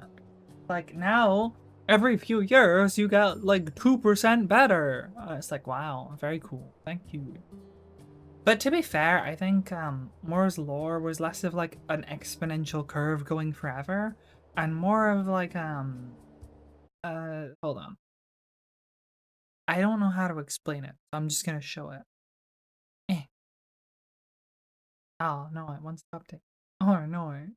Da da da da da. Eh. Eh. Uh. Uh. Um. The window capture. Temp. Uh. Uh. Please don't leak anything. This one. Gosh. And then I'm going. Put it underneath. Yosh. Okay. I imagine it's less of like blam blam. So like, you know, progress here, time there. Like the idea is like, oh yeah, if every like 2 years it doubles or whatever the fuck it is, then you would have a curve like this, basically, and it would just keep going forever, more or less. What I think the truth is that instead, it's more like this, you know? And you reach a point where it kind of plateaus. You know? I think it's this. I think it's this one. I think that's the thing wrong. And so like when they made that law, what the fuck? Why aren't you seeing it? Okay, I'm gonna leak my stuff. It's fine. Delete that. What if I tell this not to do Greta and to do paint? Paint on that. What? That's interesting. It's not what I expected. You can technically see it. Um, okay. I don't how to fuck. Okay. Um, um, wait.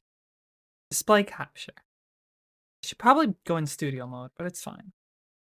Temp. And then I go. Jesus. Yeah, there we go. Now you can see. And then I bring this back down. There we go. So, yeah, I think this was the idea of what people thought it was. This is what it actually is. So, like, when they made the law, they were like, here. And they're like, whoa, everything's doubling because they've only seen like it go up. You know, they've only seen it go up. But really, they're like, here. You know, they've only seen it go up, but then it starts to slow down and plateau. You know? So like I think it's always been this one. Wow, very good circle me. It's always been this one. I just made the Pepsi logo by accident. But it's always been this one. But they were in this point, and so they thought it was the first one. That's my theory, my wild fucking game theory. That's what I think it was. To be fair, a lot of things are this. Very few things just like exponentially grow forever. Also, you can stuff now. That's so weird. I don't like that. You shouldn't be able to. But, you know.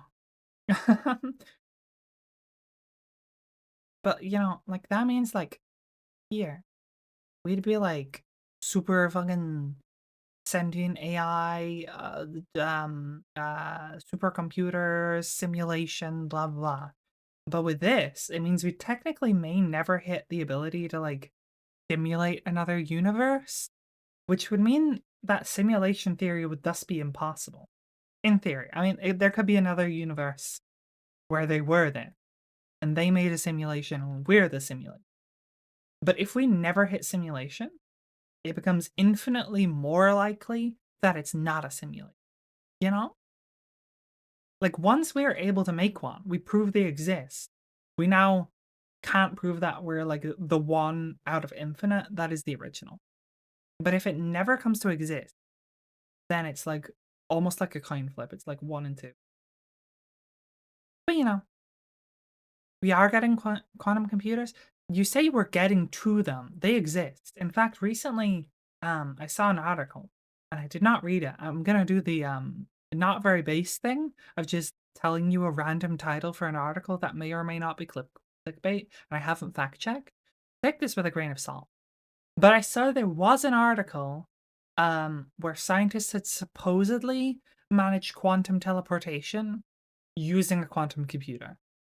Now, this does not mean they can teleport an entire human from point A to point B, but all it means is that they managed to, like, teleport particles around inside a quantum computer, which does mean that you can essentially just transfer data instantly inside the computer, inside a quantum computer, not in your home PC. Are they actual quantum computers, or did they slap the name on it, like, for AI? Actual quantum computer, like, using quantum mechanics. Like particle physics. Gonna go full war. Looking at biocomputing, so it looks like there's several possibilities. Maybe, there's people still doing that. There's a guy called, I believe it's the Thought Emporium, on the YouTubes. I don't think this. Wait, hold on. I have a better way of I can just put it like this, and then I have this in. And this also gives me the chance to sneakily update that, because it... Don't save. Okay. Okay. Fuck off. This. Bam. And I was actually thinking of stopping playing the game, so I'm kind of welcoming the distraction a little. But yeah, Jerry the Slime. Should we watch this? Should we do a react? Should we just, like, stop playing Nier because I was basically done with the game and close to ending stream, and instead just do, like, a react stream for a bit? We could do that. I've never really done a react stream before, but we could. Neatly. What if we just start reacting to science videos? Okay. New plan. I'm gonna end the Nier Automata stream because I was kind of done with it, and we're gonna just watch science videos. Give me 1 second. I'm gonna save the game. I'm gonna quit the game. I know you can't see it right now. Just chill for a second. Blah blah blah, and then I do a big save. Wow, big save. Save. Yep, like save. Endings K. The hell is ending K? I went to save and it says endings K. Anyway, we're completely 180ing the stream now. Congratulations, you've derailed me so hard that instead of ending stream, I'm just gonna sit and watch science videos. Isn't this so cool? Let me change it to just chatting. Okay, we're gonna watch science videos, and I think we should probably go back to this one. We should go way back. This video is brought to you by Squarespace. Let me turn that down. Inside your head is one of the greatest computers in the universe, which is surprising because I've seen your browser history, and yes, you do need to eat more fiber. But generally, the human mind is one of the most capable learning machines we know of, composed of 86... So, for the record, I'm not going to sit here and just stare at it the entire time and say nothing. Like a lot of React streamers, I do plan on actually talking about things, and I can't say that I'm more educated than the guy making the video, but I am reasonably science savvy. I may be able to understand and potentially add thought, opinion. Who's tracking? Because I blah blah blah blah blah. Okay, science. I love science. This is kind of long, so we're watching it in 2 times speed. Also, I watch everything in 2 times speed, so you're welcome. Billion neurons and another 90-odd billion glia in other cells, with wires forming trillions of connections. And while humans do have very impressive brains, even small numbers of neurons are capable of learning complex behaviors. A few hundred can control microscopic animals, like tardigrades. A few tens of thousands can control insects. Billions, and you've got a mind capable of reason, logic, math, and art. However, there's a problem. It's just that the brain is made out of meat. Yeah, meat brains are kind of weird and yucky. But also, like, it does raise the question of, like, is everything, like, okay, not everything, but, like, we really like to draw the line at, like, oh yeah, humans are sentient, humans have thoughts and opinions and feelings and blah blah blah. But, like, we genuinely don't really know a lot about animals. But there's not really a lot different between an animal brain and a human brain. They're both just like weird meat things. Why do I not have hands? Hold on, I'm going to obtain hands. Give me a second. Bam. Bam, bam, I can gesticulate. But yeah, there's not a lot of difference between like one meat brain and another meat brain, other than like how many neurons they have and a little bit of how they're like wired. But like, is there really much of a difference between, say, a raven's brain and a human's brain? They both kind of seem to share emotion. Like, if you look at a crow, what is my other hand doing? If you look at a crow, why does it keep thinking that's 2 hands? That's 1 hand. Okay, but if you look at a crow, they're actually really smart, or a raven. They like mourn their dead. They can recognize people. They seem to have like a sense of spite or like revenge. And they also give gifts to people who look after them. So like, not only do we have like potentially a sense of pain, they can scream if they get hurt. I don't think that's true. I think it's the other way around. I'm pretty sure ravens are smarter. But like, yeah, they feel pain clearly. They can get sad, seemingly. They understand gifts. They understand revenge. Like, surely that counts as like a sentient being with thoughts and feelings. They don't do the talkie-talkie. That's why you're wrong. I'm gonna derail even further. We're gonna derail further because we're gonna look. Mischief the Raven.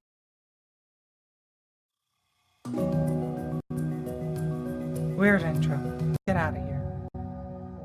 So ravens are excellent at mimicking sounds they hear. Mischief, can you say hello? Hello.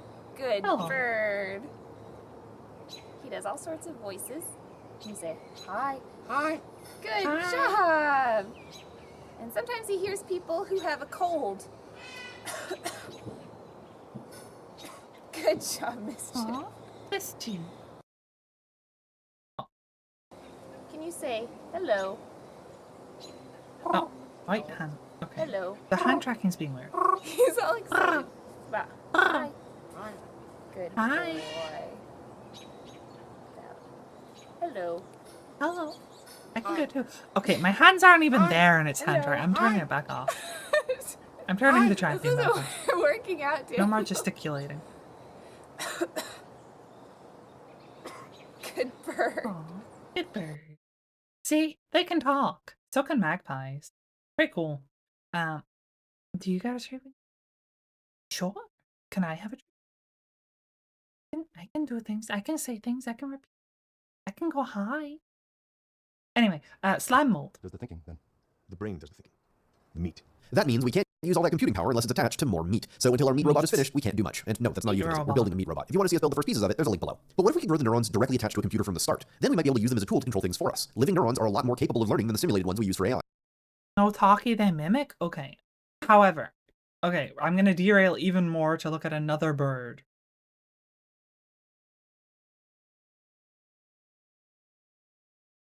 Alright. Yeah. So Apollo. So You've today probably we seen are... Apollo before. And if you haven't, what is wrong with you? What's the most powerful? That one's... Hey, no chewing. No chewing. Yeah, no So, like, they mimic things. However, sometimes they learn. And, like, you could argue that it's just Pavlovian conditioning. What's that? But, like, there, he's able to ask, like, what's this? Does he understand the meaning of the words, what's this?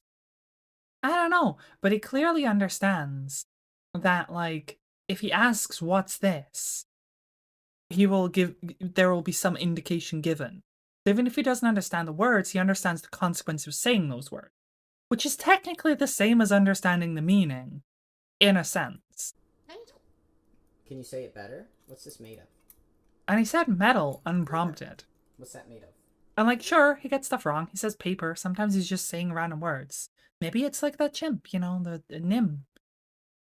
No. But, you know. That's made of they metal. Can learn.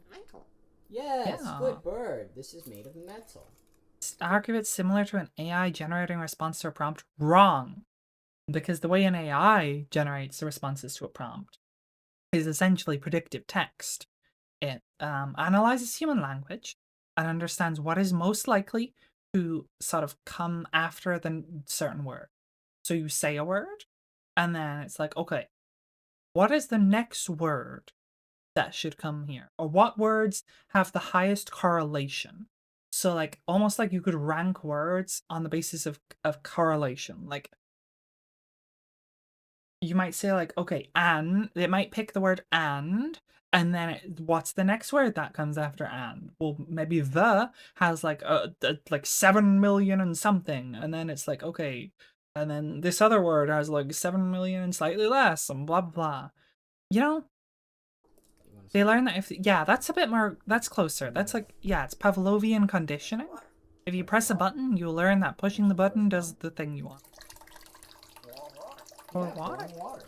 But like, there's still learning going on. There's still some level of understanding. Even if they don't understand the words, they understand the consequence of them. Which is kind of the same as deriving meaning. Kind of. So it's arguable whether they can speak, quote unquote. But the argument that they're just mimicking is a little weird when you consider that everyone is mimicking. Like, unless you invented a language yourself, you learned it by mimicking people. And even when you learn a language yourself, you make a language yourself, you've probably developed it based on other languages you've heard and other languages you know. You know? Like the sea animals that have learned humans can help them when they're suffering. Yeah, and that circles back to being like the same thing as like a raven knowing who someone is if you feed it and bringing you gifts. Like, you help me, and then I understand that you're good. I'm your friend now. But anyway, slime mold. Is our lab pet... Wrong slime mold. This one. At least in theory. So we're trying to do just that. This weird-looking device is a prototype neural multi-electrode array. It's got a bunch of microscopic electrodes in it with tens of thousands of living brain cells growing on top. And today we're going to be talking about how we made it and how to grow neurons. But those electrodes aren't just decorative. This array is designed to be connected to a computer, and through that connection, the neurons are being trained to play Doom. While that probably sounds impossible, it's actually anything but. We're building on decades of neuroscience and previous examples of groups using living neurons to control things. For example, several years... One thing I really love about Thought Emporium is that it's all kind of like genuine science. Like, they're not just recreating like an experiment that's been done a million times that like, you know, anyone in their fucking school science class can do.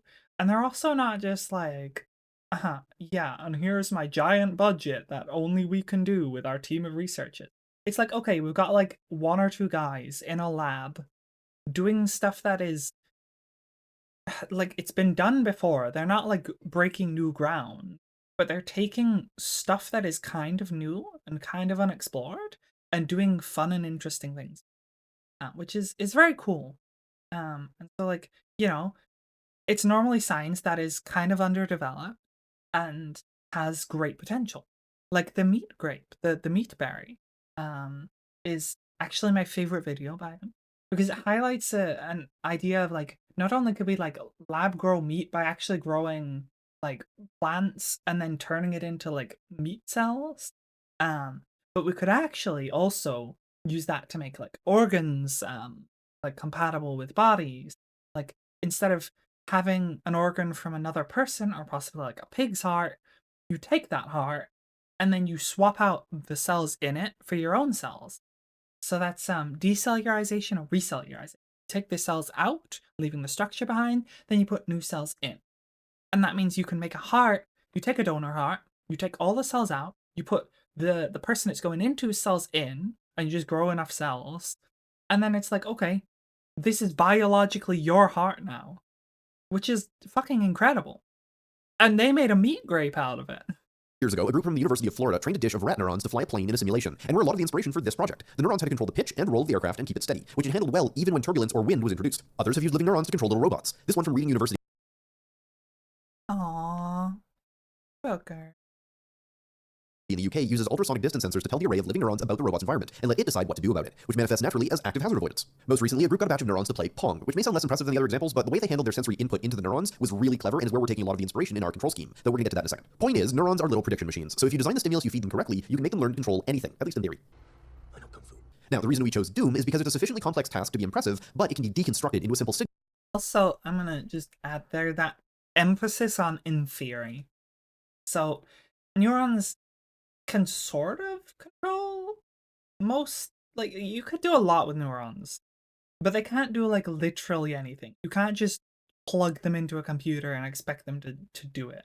You have to design entire systems around them, and you're gonna have to rework how everything works to function with the neurons.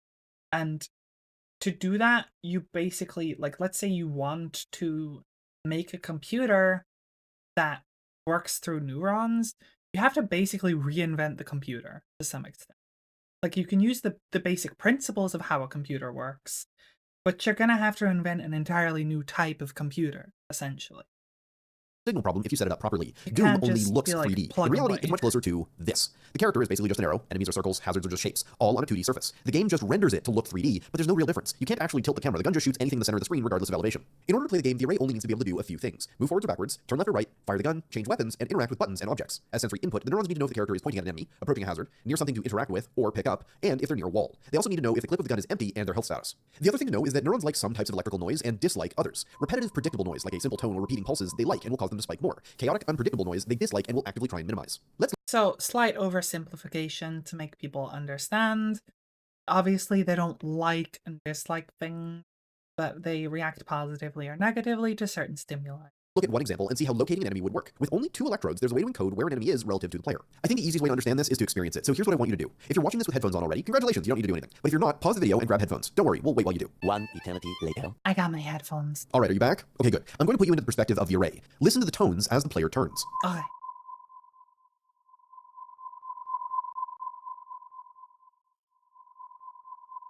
We may actually use a third electrode as an added stimulus for when an enemy is straight ahead, but I think you can see how it's fairly easy to figure out where the target is just with 2. There's a natural point when the player is aimed directly at the enemy where the tones line up. For multiple enemies, we'll just program it to prioritize whichever enemy is closest to start with. Theoretically, with only 2, you would also think you're facing them if you're facing directly away from. But, you know. But eventually, a much larger array could include a lot more stimulus to track multiple enemies at once. This isn't actually all that different from how some missiles work, only the thing deciding what to do about the tones is living neurons you need to remember to feed. Though unlike a missile, the array doesn't know where it is, or for that matter, where it isn't. It's just listening to electrical jazz and trying to guess the next note. If we did the same basic thing for the other parameters, the array will have a pretty decent amount of information to work with to be able to navigate around. The way we know what the neurons want to do is to pick a group of electrodes on the array and then arbitrarily set them as an action. When the amount of neurons in that area producing electrical spikes increases beyond some threshold we'll set, we count that as the neuron's choice of action. There will likely be a lot of tuning to get the levels of this stuff set properly, and it'll also probably take time for the neurons to learn to respond and update their wiring. But this same basic concept can be used to break down the So again, you're almost like Pavloving neurons in a way. The neurons, while they're not in any way like sentient, they react to positive and negative stimuli. And they develop systems that do allow them to sort of do things like that, to quote unquote learn how to interact with something. Again, not exactly learning, it's kind of almost more like how a fungi works, which you would see with the time mold. But yeah, like it will potentially seek out positive reinforcement and avoid negative one. And so it can kind of develop knowing that, like, this will be negative, this will be positive. Entire game into a series of signals the neurons can learn to interpret and act on. As a final touch to help train the missile knows where it is by knowing where it isn't. But yeah, kind of true. Neurons further and help encourage them to play the game. Every time they get a kill, every stimulation electrode will play a pleasant tone. If they get killed, say by walking real. hazard or Say Ferret Wrap looks kind of like a bullet bill. losing health, every stimulator electrode will play an annoying tone for a moment. So yes, we are trying to Pavlov the neurons, but exactly. See, this is what I said. We're Pavloving neurons. Jury's still out on whether or not the pleasant stimulus is the equivalent to a treat or an orgasm. Okay. Keep the little squirts happy. The rest is pretty much up to the neurons. They'll need to figure out how to play the game and score points purely from the incoming signals. But to them, they'll have no idea. To be fair, I don't think it's an orgasm because has pleasure sensor. I think it's just stimulation. Yeah, that's what they're controlling. They're just trying to anticipate the noise coming in, and then adjust if they're wrong. We set it up in such a way to avoid situations where the array can find ways to not play the game. Now, if we ever want to be able to test this, we should probably get building. So let's now look at where we stand on making this real. This video is actually the second part in a series, as we've been working on this for quite a while. There are a few basic pieces to the project. The first is, of course, the hardware. This includes the array, the incubator to keep the cells alive, and the electronics for connecting the array to the computer. When you think about it, a treat and an orgasm are kind of the same. The next part of the project is the neurons that we grow in the arrays. AI will come back just in time for the orgasm. Real. It's so fast. Are you not able to listen to 2 times speed? Do you need me to slow it down? Your brain can keep up? There you go. We're fine. We're chilling. These are living cells and require regular feeding and careful tending to keep alive. And finally, there's the software that will work as the bridge to interpret the signals that we collect from the growing neurons and feed signals into the array for the neurons to interpret and process. As you can imagine, that's a lot of things that need to work properly for it to actually function. We realize that trying to do the whole project in one chunk is way too much to chew. So we're breaking it into smaller parts. The critical path has 3 parts: growing neurons properly, getting signals out, and then putting signals in to control them. But there are some side quests too, and a final boss, but we're going to talk about that near the end of the video. Today, beyond just an update, we're going to be focusing on the first part, growing neurons. Something that became very clear from reading seemingly endless numbers of papers on this topic is that nobody actually knows the best way to grow them. Literally every yeah, they're difficult to grow. As you will see throughout the video, it's very hard to keep neurons alive outside of where they want to be. Trying to grow neurons in like a lab environment, they will die from like anything. You know how like out in the wild, plants can grow in like rain or sun. It can be like a fucking monsoon and somehow this tree will survive. And then you like have a potted plant in your house and it dies if you breathe on it wrong. It's like that. Company and academic lab does it differently. And while there are some commonalities, the only way we were going to figure out which particular witch's brew works best and how delicate the little bastards actually are was to start trying to grow them and see what works. And I'm happy to report that we have now stress tested a protocol that seems like it works really consistently, but we'll come back to that shortly. Because before we can grow the neurons, we need to talk about what we're going to grow them in. When we buy neurons, they usually come frozen on dry ice as a tube of about 1 million live frozen cells. Last time we used stem cell derived human neurons, but at least for the next few experiments, we're going to be going with cortical rat neurons. This is for the sake of cost, availability, and the fact that cortical neurons from a rat can learn well enough. There, I have absorbed all the knowledge in this computer database. Ooh. Since neurons Char can keep up with Convi? Why can you? I feel like you would. I feel like you'd be fine. Having a baby would be like getting a very expensive computer. Yeah, but you can't play video games on it. You can only play lame games. Like Peekaboo. Tic-tac-toe. Of course you can. Yeah, neurons don't divide. However many cells you put into your culture dish or well is the maximum number that will ever be in that dish. And once they're growing, you can't mess with them or move them to another dish. So you need to plan your experiment out really carefully in advance. There were a few questions that I wanted to answer with this set of experiments, and since every time we buy and grow neurons is really expensive, it's important to make sure that we answer as many questions with each attempt as possible. And of course, this is also where our wonderful patrons and other supporters come in to help feed our monstrosities and get those answers. Speaking of which, I tend to buy my monster chow from an online supplier, but what if you've got a great idea for a new blend with cinnamon, spice, and everything nice? Then you're gonna need a website to sell it, and for that, the no-class website templates. Well, actually, hold on. I was ready to skip the ad. However, we're currently kind of stealing content. So, we're going to play the ad because I want to be respectful to this person who I think is very cool. And you know what? They can get that back. Sponsor of this video, Squarespace. Squarespace is the amazing all-in-one platform that makes setting up a website incredibly easy, featuring best-in-class website templates that let you customize every detail. And there's a huge collection of extensions to add even more functionality to your site. Blog about your brain dishes, sell monster muffins, or exhibit experiments. No matter the use, there's a template that'll fit your needs. I don't particularly like the AI images in there, but sure. So head to squarespace.com to start your free trial. I see. And when you're ready to launch your site, go to squarespace.com/thethought-emporium to save 10% off your first purchase of a website or domain. There you go, guys. 10% off. I don't know if that code is still valid, but I'm sure he has a new code. If not, probably on his newer video. Now, let's get back to science. The question I wanted the answer to the most was the... Sherry, hi. Hello.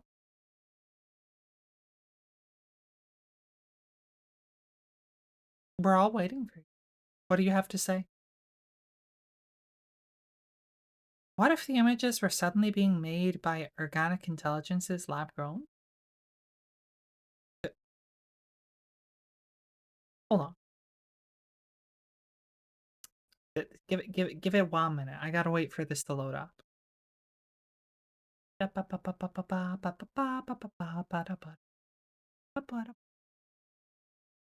weird. That's gonna look fucking go. Hey, where's my actual browser? There it is. Oh. Popo? Okay.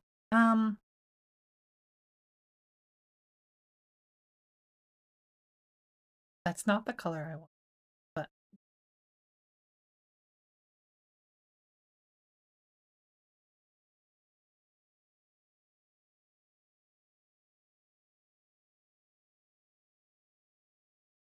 fish.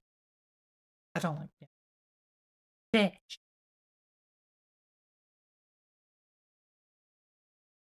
That's all. That's like all I had. Like clone monkeys, but it's all Mika? Oh. Mhm. Mhm. Mhm. Mhm. Mhm. Hold on. Huh. Mhm. Mhm. Don't worry about it, guy. Fine. Mhm. Mhm. Yeah. Her other.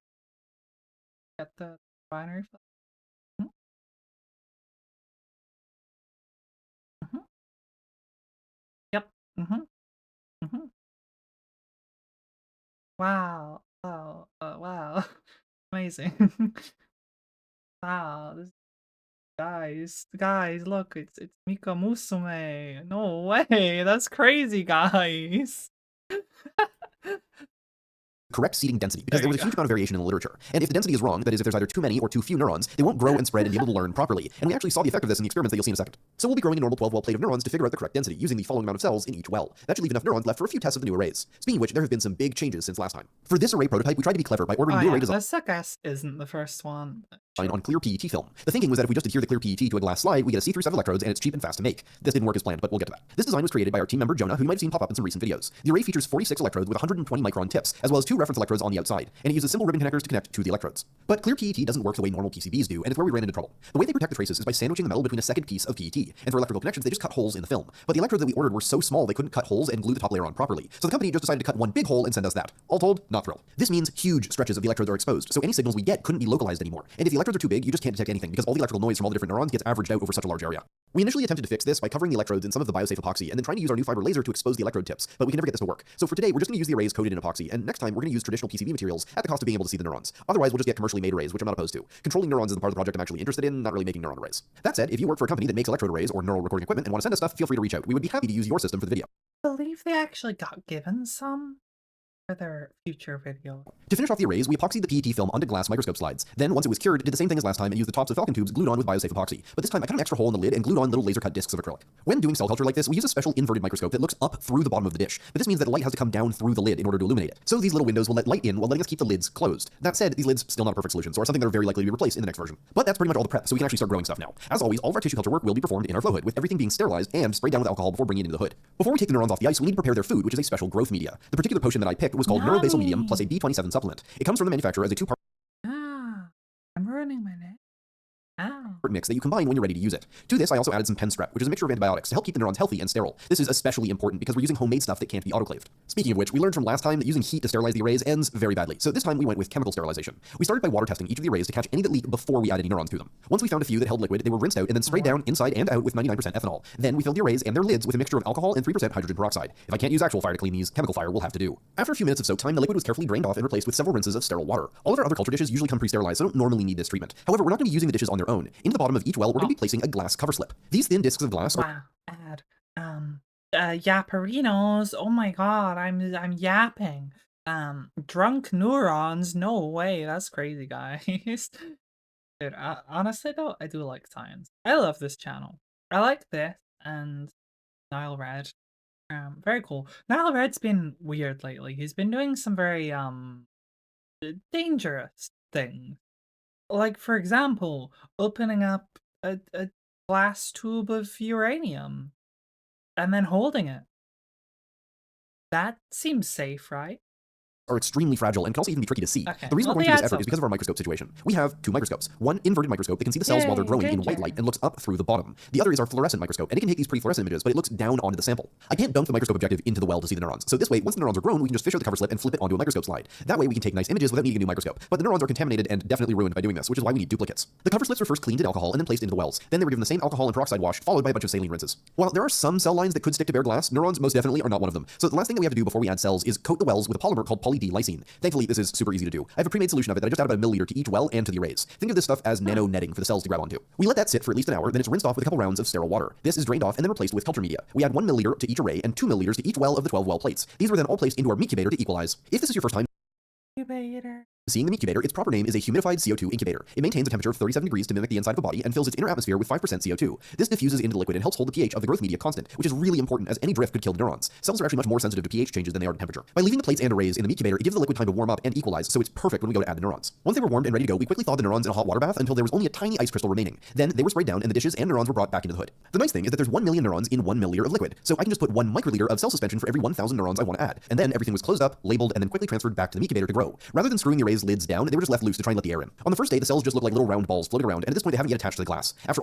Aw, they're small. only a day, that had changed. All the little balls had now stuck to the bottom, and many were already beginning to spread out and send Also, I like how we now have more viewers than we did when we were playing Nier Automata. out very clear dendrites. But take note at how spread out they are, because as I learned, neurons move a lot. I guess we think of neurons as just being in a little spot, chilling, sending signals, but both during development and I suspect during your life, they move around a fair bit. When the brain is first growing and developing, neurons need to crawl around so that they can get to the correct places in the brain. There are dozens, if not hundreds of types of brain cell. So they Hey guys! Hey, you fleshy people out there. Isn't it cool to know that, like, there's things inside your head just, like, wriggling around?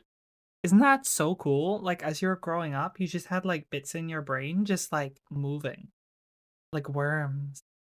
They often need to relocate from the place they form to where they're needed. This is one of the behaviors I only learned about after seeing it for myself, and it honestly really caught me off guard. At this point, I was still treating the neurons like delicate china, so after the first 24 hours when I needed to do the first media change, I pre-warmed some media in a 6-well plate in the meatcubator before use. I think this is probably overkill, and just pre-warming the media is probably sufficient, which is all I did for the rest of the culture period. Neurons don't actually like it when you do a full media change because they release a lot of stuff into the growth media that they use to function. So every 3 days when I need to change the media, I would just remove half and replace that half with fresh pre-warmed media. Each day we checked on the neurons, they grew and crawled more than the day before, and I was pleasantly surprised to see both how quickly and how easily the dendrites form and become visible. Also, a trend began to develop really quickly in how the cells were growing. At high densities, they would form all of these little balls of cells that just grew larger as time went on, and they send out thick cords composed of hundreds or thousands of dendrites in a bundle. At the lowest density, the cells stayed pretty nicely spaced out and slowly growing more and more dendrites. The medium density was somewhere in the middle, some clumps, but even after a couple of days, it was obvious a dense network was forming. On day 4, things get exciting, and we get to our first stained samples. We'll be using a stain called calcine AM. This stain is really cool because not only will it make the neurons much easier to see, it'll only stain healthy, living cells, and it's super easy to use. All we do is replace the growth media with a special kind of saline that we use for tissue culture called HBSS. Then we add a few microliters of stain on top. It starts as a clear, non-fluorescent liquid, but in healthy cells, the enzymes in the cells convert it to a fluorescent form, which gets trapped inside the cell. I let the cells process the dye for 30 minutes in the meatcubator before carefully fishing out each of the delicate cover slips, and through the magic of editing, it looks as if I got it on the first try.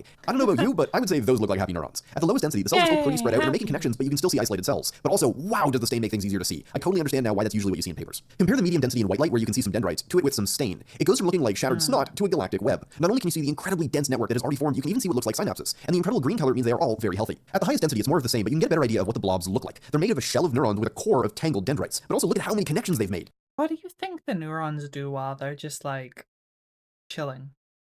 Like, if you have no external stimuli, but you're growing a network, what information are they transferring? What are they thinking about? Again, they can't actually think, quote unquote, right now. But, like, you know, what are they thinking about? What do baby neurons think about? I'd call that a huge success. We can clearly grow and maintain neurons and keep them healthy. Now, let's jump ahead a few days to day 10. At this point, things were getting a little weirder. The cells were still healthy, but we were starting to see some really big chungus-looking blobs forming at the highest density. So I think it's safe to Chungus. Big chungus-looking blobs. Let's go. say that the highest density is too high for our experiments, as these blobs won't sit on the... Alright, hypothetically, what if you took a human and you took them from, like, an embryo, and then you put them in an incubator, and then you just, like, never introduce them to external stimuli? You, like, keep this human being in a room at a perfectly neutral temperature with no windows, no doors. They never see another human being. They never leave. They are just, like, typed in, like, sustenance. Not even, like, food with flavor. Just like nutrient paste. And water. And expected to stay alive with no stimuli ever. Like, ever. Not even a little bit. what would happen? We got to war crimes. It's not a war crime if it's not a war. But like, what would happen?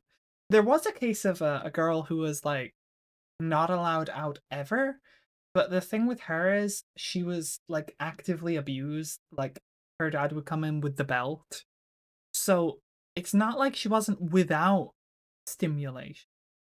She was just only exposed to like very cruel stimulation. But like, what happens if you have literally nothing, like ever? Genuinely nightmare things. Responding like an animal to base needs. But like, even an animal exists in an environment. You know? Like, if you exist in a like perfectly neutral room with a perfectly neutral temperature, with a perfectly neutral texture, with like no flavor in any of your food, you have no stimulation ever. You can't learn anything. You never ever will know anything other than pure neutrality. Fetus forever? Maybe. Probably. To some extent. Yeah. It's like, Vi. Aw, I'm sorry, Vi. Did I bring up bad memories? Just scary things without light for too long? Yeah, but like the thing there, Alice, like, we don't, like, that's people who've had light before. Or like, people who've known like a difference between light and dark. What if you're only ever in like a neutrally lit room? Like, ever. You never knew nighttime existed. You know? Like I think you're not comprehending the idea of like pure nothing. The array properly, but they do look cool. At medium density, things look better, though still a little bit clumpy. But look at how many connections have formed. In some areas, it's like you would just be this in the day, but more. Garrily certain this experiment has been tried in the past. That's the thing, though. It hasn't. There is okay. This is gonna get really dark, so like trigger warning. But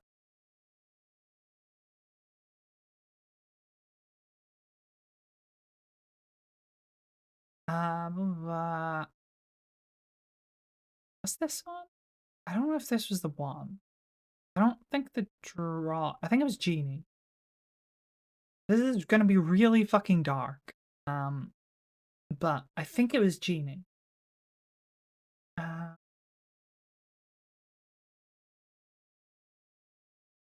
Yeah, I think. Okay, let me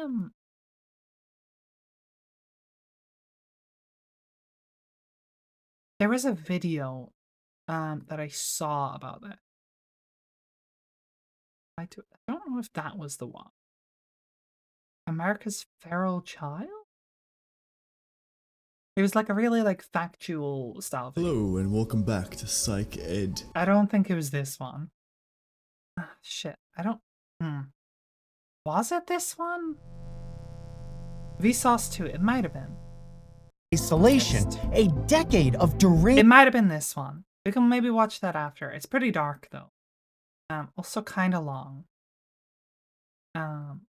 Almost a solid mat of twisted dendrites. I hope this gives you your eyes? Oh yeah, I'm sorry. That the article was kind an of appreciation for just how complex your brain is. This is what a few thousand... Be a crime against humanity to actually do it? Yeah, bold of you to assume that people don't commit crimes against humanity. Imagine how many little wires are in your head. The lowest density at this point actually looked the best, with a nice network forming but very little clumping. And that trend continued on to the final day where they had formed a beautiful and dense network with very little clumping. So I think the verdict is that the correct seeding density is probably around 15,000 cells per square centimeter, just a little bit higher than the lowest density. Now, let's talk about the arrays. How'd they fare through all this? Well, there's good news and bad news. The good news is the neurons adhered properly and did grow, at least a little bit. Bad news is threefold. First, we can't stain them because we'd have to break the arrays to do that. So we can't use our nice indicator to see if they're healthy. And second, I think that there wasn't enough airflow. Because the lids thread on, even when loosened, I think they have a tendency to seal and prevent oxygen from getting into the cultures, so the neurons eventually asphyxiated. Finally, while the little windows on top worked to let light in, it was still pretty restrictive of the area we could look around. So for next time, we're probably going to make custom vacuum-formed lids that will both let in more light and more air. But otherwise, I'd say this has been a big success. We can definitely now grow neurons and keep them alive in culture, which means we can check off the first step of our tech tree. So where do we go from here? Well, let's wrap this video up by talking briefly about what's coming up in the series. If we look at the main quest line, you can see that next up is getting signals out of the arrays. This means we'll need to finalize the array design or buy a commercially made one and finish our electronics. We already started building and testing that side of this project and currently plan on using this amazing little chip, which is a purpose-built neuron amplifier. It's made by a company called Intan Technologies. Technologies, and they have chips that either only do recordings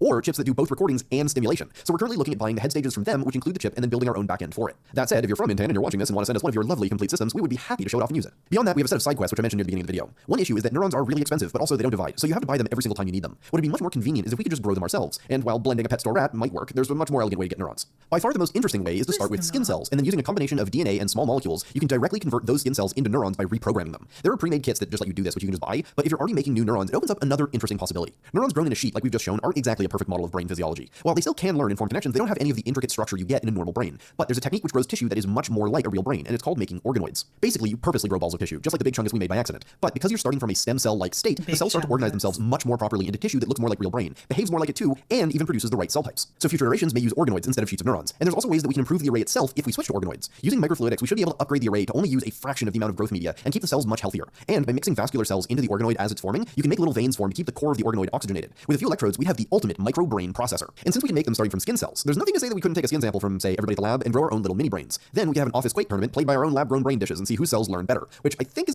So, funny you ask that right as he says that. Yeah, I mean, theoretically, you can grow a human brain. Like, it's not easy, but like, yeah, you can. Human brains grow. You could always just grow a new one. Is about a sci-fi... Also Psychopath? Or is this Ghost in the Shell? Has anyone actually watched that?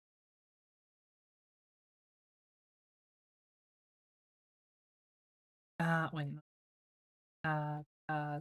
Sib. It's with an S. It's not the Civil Labs version. Look, brains. I think it was that. I think it was a shot. Yeah, a shot from Psychopath, right? I think that's Psychopath, right? Because it's in the like box. It's in the like cubes, the glass cubes with the wires sticking out of it. That's got to be Psychopath, right? It's either Psychopath or Ghost in the Shell, and I think it's Psychopath. As this project could really get. Human brains don't grow on trees. True, but they do grow in people. Amazing. None of you ever knew that before. I'm here to educate you all on science. Human brains grow inside humans. Wild. And you've seen Psychopaths? It's pretty good. I love Psychopaths. It's really dark, but it's so good. So good. Such a good fucking show. For real, for real. I never finished. I think it was the 3rd season where they like completely fucking changed the cast and everything. Season 1 was amazing. Season 2, they changed some of the cast, but there was still some of the old cast there. It was okay. Season 3, they've changed like 90% of the cast, but like occasionally characters from the first 1 and 2 show up. But it's mostly a different. Also, the Dominator, fucking cool. I love it. It's so cool. You know, actually, I'm gonna bring my hands back for one moment so that you can and then if I watch this, fucking by the power of gun. Yeah, I have this, which is not a Dominator, but is kind of inspired by one. And actually, hold on. Hello, it me with my targeting eye. I have gun, and it's inspired by the Dominator. So like that part, there, it's really hard to point at. That part there actually like opens theoretically. Theoretically, I can't do it on the model, but it does. Why can I not like there? There. That part theoretically opens. And also, it only lets certain people use it, which is pretty cool. And it comes with multiple modes.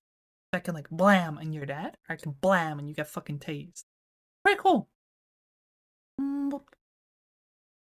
And let's go back. Nope, that one. We're really getting sidetracked, aren't we? It doesn't. Yes, it does. I killed stream. I don't think I killed stream. However, I might kill chat. It has a trigger. You can. Okay, it's kind of on my finger. I have trigger discipline. Unlike some of y'all, I actually have trigger discipline, but it's there. You can just about see it. It's also white, but there is in fact a trigger.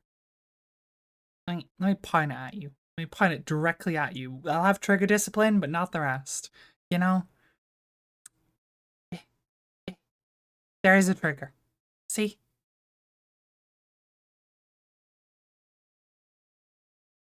Gun. Anyway. I'm turning back off that. That escalated quickly. I realize that's all probably a lot to take in, but if you're as excited for this journey as we are, then be sure to subscribe and ring that bell so you don't miss any of it. And this time, I don't think you're going to have to wait nearly as long for the next update. Guys, subscribe. Subscribe to Thought Emporium. He's got 2 million subscribers. He's very cool, and he's done a lot of stuff. And I like the meat grape, the meat berry. The meat berry is my favorite one, but he's done so many cool ones. He's done like seeing Wi-Fi. He's done a bunch of stuff with like pictures lately. There's obviously the neuron ones. He's doing a whole series for. He did also do that. Turned a chicken into a mummy. Because why not? He's done a lot of stuff. Very cool. Definitely go watch. He's also dismantled a scam. Well, I say dismantled. You can never truly dismantle this industry. It just keeps coming back. But he's helped sort of raise awareness and get a bunch of them shut down. So. Bananba? Nexpo? No, I don't know. You need to sleep? Yeah, I probably should also recharge it. But we're gonna watch one more video. Because I got so distracted and we started talking about hypothetical experiments. This is going to be really, really, really dark. Trigger warning. Right now, it's fucking dark. If this is what I think it is, which I'm pretty sure it is, it's censored and it's on YouTube, but it's really dark. So like viewer discretion, heavily advised for this one. But let's watch it. Why not? And we're going 2 times speed again. One of the most horrific... Okay, we're going 1.5 times. 1.7. ...cases of childhood tragedy ever documented will make you question the morality of modern science. And Bread, a 13-year-old girl who had spent her entire life locked in a room, physically, mentally, and emotionally abused, was somehow a mix of Petri dish and Rosetta Stone that could unlock the mysteries of human language, because her brain was a blank slate at exactly the right time. It's a story of good intention. I just want to say, before we really get into it, this is a little bit, sensationalist. Yeah, like as much as like, okay, it's educational, they are kind of making a video based on like a horrific tragedy that this girl underwent and profiting off it. So, you know, take that into consideration a little bit. They are making a profit off this girl's suffering in a sense. I don't think they're like actively exploiting her, and it is historical fact at this point. It can be talked about, and I do think that it should be, because we can learn from that. But it is a little bit sensational. And they are making it a little bit too like, whoa, guys, isn't it crazy? This girl was like trapped in a room for 16 years. Can you believe that? Oh my god, wow. But, you know. In horrible execution, greed, scholarly ambition, and the deepest depths of human suffering, all in the service of scientific progress. When you spend the most important developmental years of your life in total isolation, a decade of deranged, solitary confinement and torture, what happens? Jeannie's discovery in 1970 was an accident. Her mother, Irene Wiley, was nearly blind from a mix of cataracts and neurological damage from being hit by the hand crank of a wringer washer. And that's why she walked into the wrong social services office with her daughter, a 13-year-old who weighed less than 60 pounds, who walked like an injured bunny, and who still wore a diaper. She understood fewer than 20 words like mother and the colors red and blue. She spat and clawed, and she couldn't speak beyond uttering a handful of protective phrases like, stop it. Carl Linnaeus, the formalizer of binomial nomenclature and the father of biological taxonomy, would have classified Jeannie as Homo ferus, a distinctly separate strain of feral human. A New York Times writer I don't agree with that, because your mental capacity is not what decides your species. Like, if you are mentally underdeveloped, that doesn't make you a different species. It is like your genes and your biology, where you are in like the family tree of evolution that determines it. You're not another species just because you suffered abuse. Classified her as a shattered creature. Jeannie's father, Clark, was incensed by any and all sound. The family had no TV or radio. Clark and Irene's first child died after being placed in the garage, probably to create distance from the crying. The 2-month-old infant succumbed to what was deemed to be quick pneumonia, but which was almost certainly exposure. Jeannie was tortured much more slowly. During the day, she was strapped to a potty training chair in a 10-foot by 10-foot room. There were 2 shaded windows and a single light bulb and nothing on the salmon-colored walls. A piece of wood leaned against one corner. Clark would beat Jeannie with it to punish her for making noise. At night, she was put in a crib with wire screens, basically a cage, and she was wrapped. So again, the reason that we started watching this was the idea of what happens if you had a human being who's raised without any stimuli whatsoever. This is not an example of that. She was, you know, beaten and abused and yelled at. She was given stimulation. It was just very negative stimulation. So this isn't an example of what happens if you have nothing, but it's as close as we have.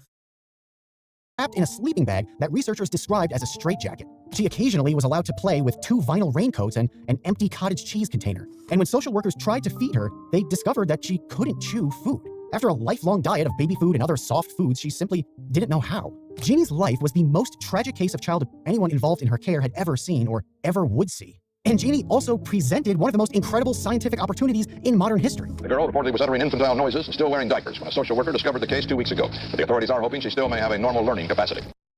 So, there's a couple arguments to be made. One of them is, well, we should take this opportunity to advance science as much as possible to learn what we can about the human condition. And, you know, we can't perform an experiment like that intentionally. But when we're afforded an opportunity, we should take it. We should use it. Then there's the other perspective of, hey, that's exploiting a horrifically abused girl. And is, like, incredibly immoral. Like, that's almost as immoral as just doing it yourself. And I think both are valid points of view, but, like, that is a tricky question. Like, is it worth it? Is this like a trolley problem where her suffering and exploitation will prevent the suffering and exploitation of many others? Or are we just condemning a young girl who has already suffered far too much to be exploited in the name of science? I can't answer that question, so come up with your own moral judgment. That was the question. What could a human being subjected to a lifetime of sensory, experiential, and social deprivation actually learn once immersed in a normal life? And the most interesting course of study was around language, because Jeannie's life coincided perfectly with advances in linguistic theory that challenged literally thousands of years of wisdom. Real quick, this video is sponsored by... Why did he mention bread? We'll find out, I guess. Would argue that the only discoveries you can make here are philosophical in nature and thus unnecessary. That's entirely up to your own like interpretation and moral biases to like decide where you draw the line and what you think this is and isn't. And I'm not going to argue with that. I would just make the point that because something is philosophical doesn't mean it is inherently unnecessary. I do think there is certain value in not just exploring the universe, but in exploring the human psyche. If you don't agree with that, that's fair enough. BetterHelp. My video about happiness explored the complexity of how we can set. So we're gonna watch the ad again because it's respectful to the people who made the videos. Visualize happiness as a state of mind versus its impacts as an emotion, and how the best way to stumble upon happiness is through pursuing general human. However, I am gonna just slightly interrupt a little bit here, as much as we are watching the video for the sake of Vsauce too. Yeah, BetterHelp is not amazing. Kind of a scam. Maybe don't go for them. Support the person who made the video. Maybe support BetterHelp. You know, I'm all for them getting that bag, but just for your sake, if you're watching this, considering it, maybe don't. It's not great. You can probably find better ones out there. If you live in the UK, I know there are free services. Not all of them are very good, but there are free services you can access. I'm not sure about other countries, but I'm pretty sure quite a few do have them. You should probably look for resources from either like your government or like councils, health plans and health system, before turning to private care. If you feel that you need private care, there are better options out there than BetterHelp. And that's all. We'll continue. Human flourishing. It could be useful to talk through your challenges with one of BetterHelp's over 30,000 licensed therapists and use. Well, so Rabble, if you say, so you say like if the experiment is giving her a normal life, I don't think that's exploiting, but you will come to understand throughout the video she was not given a normal. Use my link betterhelp.com/vsauce. Just fill out a questionnaire to help assess your specific needs and get matched with a therapist often in less than 48 hours. You can choose to do a phone call, video call, or messaging on a schedule that works for you. Over 4 million people have used BetterHelp to find the right therapist who will listen and provide unbiased advice. And if the therapist you're first matched with doesn't seem like a fit, you can switch easily to a new one at no extra cost. So click the link below to help support Vsauce 2 and get 10% off your first month of BetterHelp so you can connect with a therapist and see if it helps you. That's betterhelp.com/vsauce. So once again, BetterHelp, not the. Just keep that in mind. There have been a few notable cases of the feral child who existed in as close to a Hobbesian state of nature as we're likely going to get. Starting with Jean Itard's study of Victor of Aveyron, a wild child who emerged from a forest in France in 1800. Why don't we have thousands of cases like Victor and Janie to examine? Well, most people don't abandon kids in the woods or tie them to a potty training chair all day, and whether it's isolation, neglect, or abuse, kids in their circumstances tend to die before they can be rehabilitated physically and mentally, let alone be studied fully and ethically by scientists. But Jeannie checked all the boxes the natural world never really lets us check. Could a girl who had virtually no exposure to language learn how to communicate with words despite being on the precipice of adulthood? Can a teenager learn to talk? What is bread? You spent a lifetime learning about the nuances of bread without even realizing it, and Jeannie— Okay, here's where we get to bread. To be fair, like, bread is kind of weird. Like, what is bread? was starting with literally nothing at 13 or 14 years old. First, it's got a name, bread, and eventually you learn that name. But is bread only the whole thing? When it gets sliced or ripped up, are those pieces also bread? Is there a new name for that, or does it have to be qualified with a new word like slice, which doesn't— Well, like, the problem is that a slice is almost like, it's kind of like an adjective. It's a noun, but it's like, it's a slice of bread. It is not just a slice, which is interesting. Sound anything So it's still bread, but it's a slice of bread. like bread? How small can slices get before it stops being bread and suddenly turns into a crumb? If there's a new name for when it gets— Bread is a material? Okay, but like there's a lot of materials out there. Are they all bread? We're gonna be hitting this girl with questions like, is the ocean a soup? Basically. tiny, why isn't there a new name when it's a Like, huge is collection, it? like on a rack at a bakery? This is French peasant bread. Are the brown ones like pumpernickel also bread, even though it looks nothing like this and tastes completely different? Fluffy leavened bread and compressed unleavened flatbreads are both bread. But if it's called dough and not bread when it's squishy before it's baked, is it still called bread when it's molded on the counter for a month? Is It also becomes toast when you cook it. the hard outside a distinctly separate entity from the soft Crust. inside with different names, or is it all just bread? If the individual It's all bread, but the crust is like a piece of the bread. pieces like the crust have different names, why don't we list all those pieces when we— It's like metal. It can be in the shape of nails, but it's still metal. Exactly. Like it can be under multiple categories. For example, a crumb is still bread, but it's a bread crumb. The crust is a part of the bread, but it's only one piece. It's still bread, but it's part of bread. we talk about it? Why do we just— But the real question, do you have a name for the part that isn't crust? lump together all those separate parts as bread, and how do we know when the components stop and the whole begins? You eventually discover that bread is food. Is it bread both before you've eaten it and as you completely transform it in your mouth and then pass it through your body? Is it still bread as you— Ew. Ew, weird eating stock image. Ew, the soft part, yeah. Yeah, what is you call it mollica? Okay, but is there an English name for it? chew on it but stops being bread when you swallow? Why? Hold on, I have to Google it. Is there a name for the soft part of bread? The crumb? I don't know if that's true. What? What? Huh?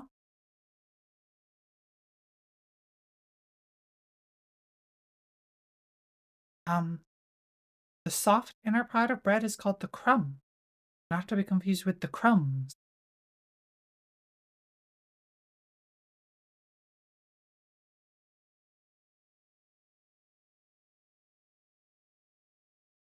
What?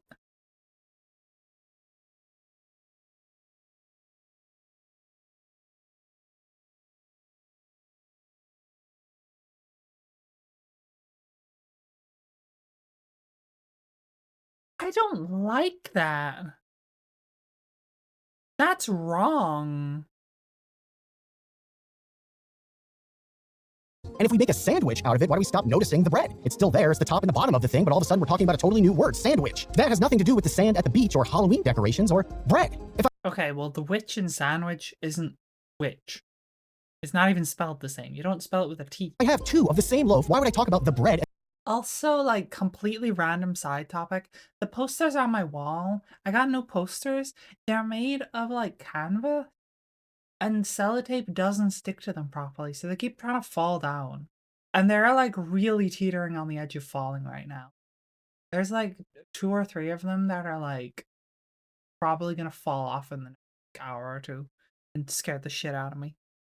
As a singular unit, but if I sampled a few different breads, I wouldn't. And what is toast? These questions constitute only a portion of understanding what one single word in one language actually means, and vocabulary isn't even the interesting part. 2 things were born in 1957. One was Genie. The other was a linguistic upheaval so significant that its publication is often just referred to as the event. Noam Chomsky was almost completely unknown when he published Syntactic Structures, which argued that humans don't learn or acquire grammar and syntax. They're born with a built-in sense of language construction that is wholly I don't believe that's true.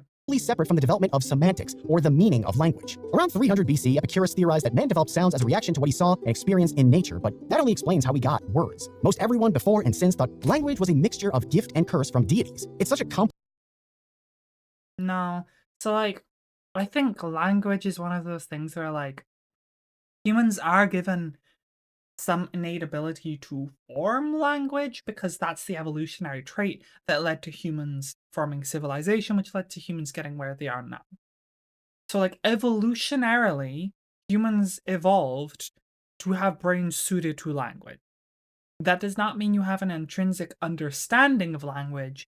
It means that you are naturally suited to that task. It's kind of like if you made a gaming computer and it was specifically made with gaming in mind, but you didn't have any software on it. It's good for games, but you can't play games on it until you put games on it. You know? Like, it's blank until you actually put a game on it. If you make a computer for crypto mining, it's, like, completely different. But, like, it's hypothetically good at crypto mining, but it can't actually do crypto mining until you make it do crypto mining, until you put that software on. Until you have that, it's kind of not there. Like, you have the hardware, you don't have the software. Language as a concept and advancement is innate to most species in different forms. What you're thinking of is not language, but communication. I would say, like, communication is borderline universal. Everything from, like, fungi to human beings have language. Random animals have language. Whales communicate. Dolphins can click. Like, there's so many things. Birds sing at each other. So many animals communicate. But do they have a language? Not really. Language kind of is defined by, like, having, like, set grammatical rules and meanings of words, more than just, like, sounds really aggressive. Like, you can understand, like, is aggressive. Like, is sad. But, like, that doesn't have meaning. But if I say, like, angry, you understand what the word angry means. If I say sad, you understand what the meaning of the word sad means. That's kind of the difference between communication and language. Complex phenomenon that there couldn't be any other explanation. Also, would you rather have infinite bacon and no video games? Or games? Unlimited games, but no video games? Chomsky's theory rejected all of that, including the notion that we learn language from the other people around us, especially our parents. They just built on a universal grammar that was already contained. By the time Genie... I don't think that's true. I think that's a terrible... Also, I'm now getting even more sidetracked because I recently watched a video by PhilosophyTube about Nietzsche and whether or not he's woke. And it was kind of funny. It was a funny video. materialized in It all comes back to Hitler, basically. 1970, the field of linguistics had spent more than a decade at war with itself over the validity of Chomsky's syntactic structures, and Eric Lenenberg's biological foundations of language complicated things even further by suggesting the critical period hypothesis that humans have a limited time frame from 2 years to the onset of puberty in which they can acquire language. So, gonna interrupt here as well to say yes and no. When you are younger, you have more neuroplasticity. which is your ability for your brain to physically like rewire itself. And as you grow older, neurons begin to sort of set in their place and stop moving around as much and stop building new connections as easily. Which means that when you're young, it's very easy to learn things. This is why as a child, you can learn language very easily. But when you're an adult, trying to learn an entirely new language can take fucking years. It's so difficult. This is why. It's because you had more neuroplasticity when you were young. So your brain was literally wiring itself for that language a lot easier. The question then is, does your neuroplasticity go down when you age? Is it a biological factor of aging? Or is it a factor of having a certain amount of knowledge and a certain like developed system where your brain kind of says, okay, I'm developed enough, I don't need to develop more? I would lean towards it's a biological factor, but also, as with many things, it's kind of an it depends. I think to some extent, like it's mainly, I would say, a biological factor, and I can't prove this. This is just my hypothesis. I would say it's mainly a biological factor, and it's a consequence of aging, but it's also depending on your genes, it also depends on your environment, it also depends on like how you're raised, it also depends on how active you are, how much you use your brain, how much you're learning. If you're constantly learning new things, it's gonna stay more like higher neuroplasticity. If you're spending your entire life like studying things and learning new things and always learning and never settling down in terms of like mentally settling, then like you may stay a lot higher. Kind of like exercise. If you exercise a lot, you're always going to stay pretty limber. If you don't exercise like ever, you're going to have a lot of difficulty like trying to do exercise. If you're constantly learning, it's going to be easier to learn more things. If you stop learning a lot of things and you stop using your brain a lot, trying to then get back into learning things is going to be very hard. Naturally, Jeannie was a... I make sure to use my brain at least once a week. Amazing. Your brain being constantly on is a curse. Trust me on that one? Yeah, kind of. I don't know. Just like, I was going to say subdivide. That's not the word I'm looking for. Delegate. Just delegate. A perfectly imperfect test subject. She was as close to a blank slate as any researcher would ever get. Her critical period window had just closed, and they were about to find out whether she had a natural grammar and syntax. Again, not actually a blank slate, just blank slate, but like as close as they could. Syntax programmed before birth. Was Chomsky right, or was it Lenneberg? Were they both right, or neither? Jeannie spent the first 13 years of her life in total isolation. She spent the next 13 years under the spotlight in the center ring of a big top science circus. So here's the part where it's like, okay, this is exploitation. This girl was like horribly abused, and rather than getting a loving family where she gets to live a reasonably normal life, instead she's poked and prodded and experimented on and studied and watched and constantly monitored and forced to do like exercises and training and learning and never like getting to live a normal life and have friends and meet other kids and play. She doesn't get a normal life. And you will continue to see that. To be fair, no one really knew what to do with her. There was no playbook for this kind of case, and there were no rules beyond the law and general morality. Jeannie had been taken immediately out of the home. On the morning Clark and his wife were to appear in court on charges of willful abuse of a minor, he... Also just completely random side thing. Jeannie is a cute name. It's pretty nice. ...himself with a revolver. He left 2 notes, one to his son John, Jeannie's brother, whose Clark had routinely assaulted with a 3-foot board. John said, "I don't think he wanted me to have children, and it's a wonder I did. And that he would write me a note excusing me from gym so the kids didn't see my privates in the showers." The note to John told him where... Okay, so like, not only physical abuse, but sexual abuse. I did give a warning before we started the video. And for anyone coming in, big fucking warning, disclaimer, this video is fucking dark. Where clothes would be for the funeral, and it ended with, "I love you, goodbye, and be good." The other note was for the police. It said, "The world will never understand." The Children's Hospital's immediate concern was Jeannie's physical health and safety, and professionals from several disciplines tried to assess the situation. Dr. James Kent was the... Hold on. That's kind of a cute outfit. ...concern was so, like, Jeannie's physical health and safety, and... I kind kind of like it. I kind of want an outfit. Not that outfit one-to-one, but like the sort of like plaid skirt with the like jacket. It's kind of cute, you know. I'm not being fucking weird about it. I'm not like thirsting over Child Owl. Don't be fucking weird. I'm just saying it's a cool outfit and that I like the vibe. That I want like a plaid skirt and jacket combo. Well, technically I did wear a plaid skirt and leather jacket the other day. But like, I'm just saying it looks like it's a cute outfit. The outfit. Don't be fucking weird. Professionals from several disciplines tried to assess the situation. So hold on, I need to emphasize this even more because some of y'all don't be fucking weird. Okay? Good. We're gonna stop being weird.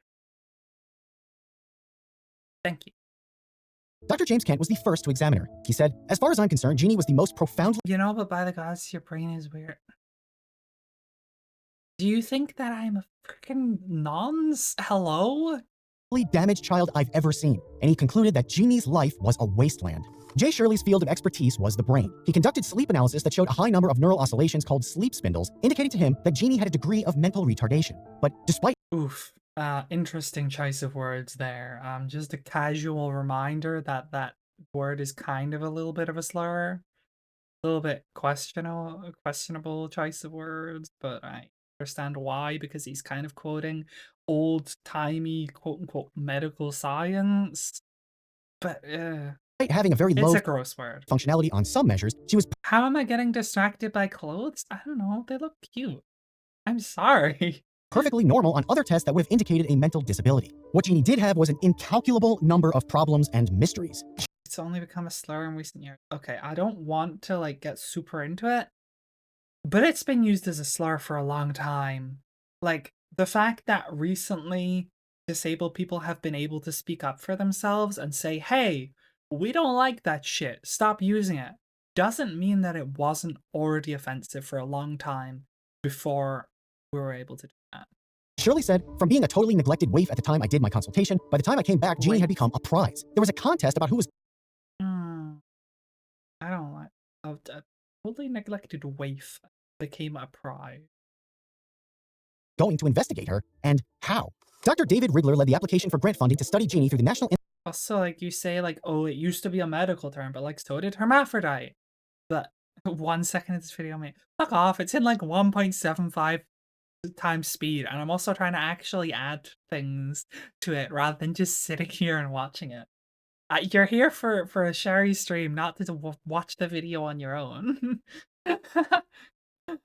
But like, okay, things like dumb and lame, stuff like that were also quote-unquote medical terms before they became somewhat offensive.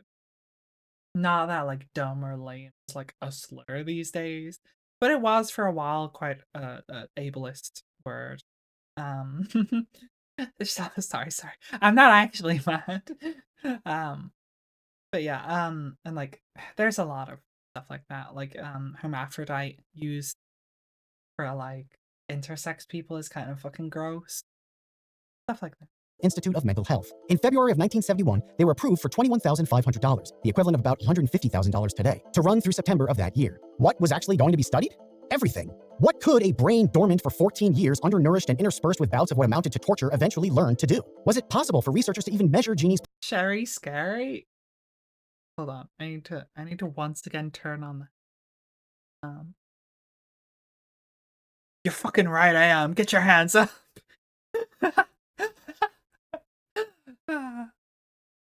I'm dumb. I'm so dumb. Wait. We're having an odd stream today. Progress when their human subject... I need to recharge at some point, and that's probably why. I'm low battery. First had to get used to other humans. And the first real experiment here was Jeannie studying Jeannie. Normal human development consists of seeing, hearing, touching, and experiencing things, all guided by veterans of humanity who have an interest in facilitating your advancement. That's usually your parents and family. You eventually learn that one person who's around... I'm sorry, my brain goes like 1,000 miles a minute. I have to... First.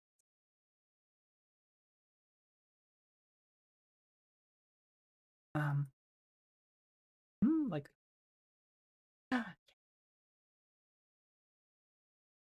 Yeah. Nim's longest recorded sentence was, "Give orange, me give eat orange, me eat orange, give me eat orange, give me give eat orange, me eat orange, give me eat orange, give me give eat orange, me eat orange, give me eat orange, give me eat orange, give me eat orange, give me you." They edited that? Yeah. Around all the time is some version of Mama, who is a distinctly separate being from yourself. And the big furry loud thing is a dog. And you like eating. But you don't like eating broccoli, especially when you'd rather be watching Coco Melon. And you begin to develop an internal monologue using those terms that draws on this Coco Melon. Increasingly organized catalog of information with greater efficiency and precision. The more you do and see, the larger that database, and the more you make use of it, the better you get at it. How does a child think, I want to watch Coco Melon, when they have no sense of the act of sitting down and watching a TV show, or who Coco Melon is, or why he doesn't look like a real-life person, or why it's nicer to watch when the dog isn't barking, or why Mama trying to force broccoli down your gullet is a distraction, when that child doesn't know what anything is, or what anything is called, or how to express their relationship to any of it. So, once again, I'm gonna keep pausing the video. Yes, pausing. There's an R in that word now. Oh god, I immediately distracted myself by saying words wrong. I'm gonna say, no, I lost it. Fuck. I said pores, and I immediately lost what I was gonna say. Hold on, we're rewinding for a second. Doesn't know what anything is, or what anything is. Ah, right, yes. Babies are weird. But I kind of understand. Like, a baby crying, kind of makes sense. Like, you know, a child falls over and they start crying like it's the worst day of their life. Because it kind of is. Like, when you think about it, first of all, you've never had to deal with depression, you lucky little bitch. And like, snores? What? God damn it, you're so distracting, all of you.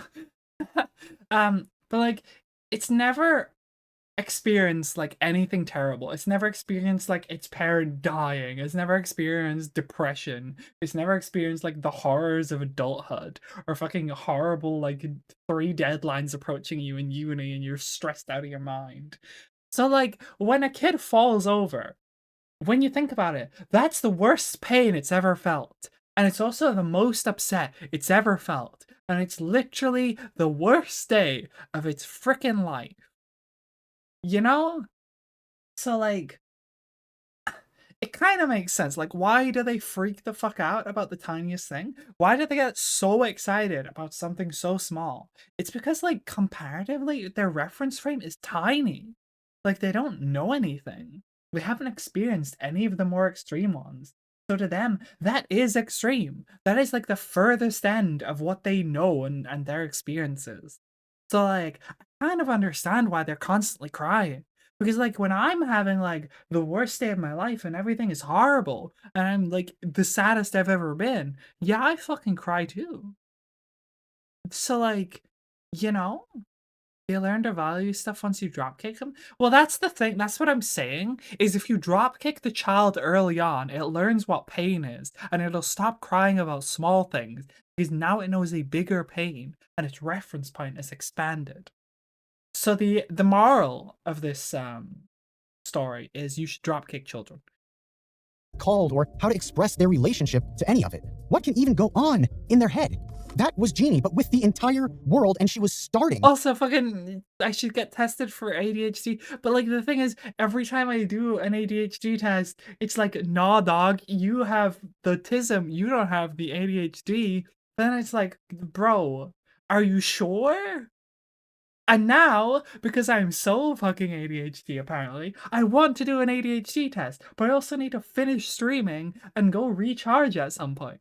And we have, like, half a video left, and I keep interrupting it every 2 seconds, so if we stop for like 15 minutes to do an ADHD test to find out that I don't have ADHD, then we're never going to finish the video, and then I'm going to be up far too late, and then I'll be tired tomorrow.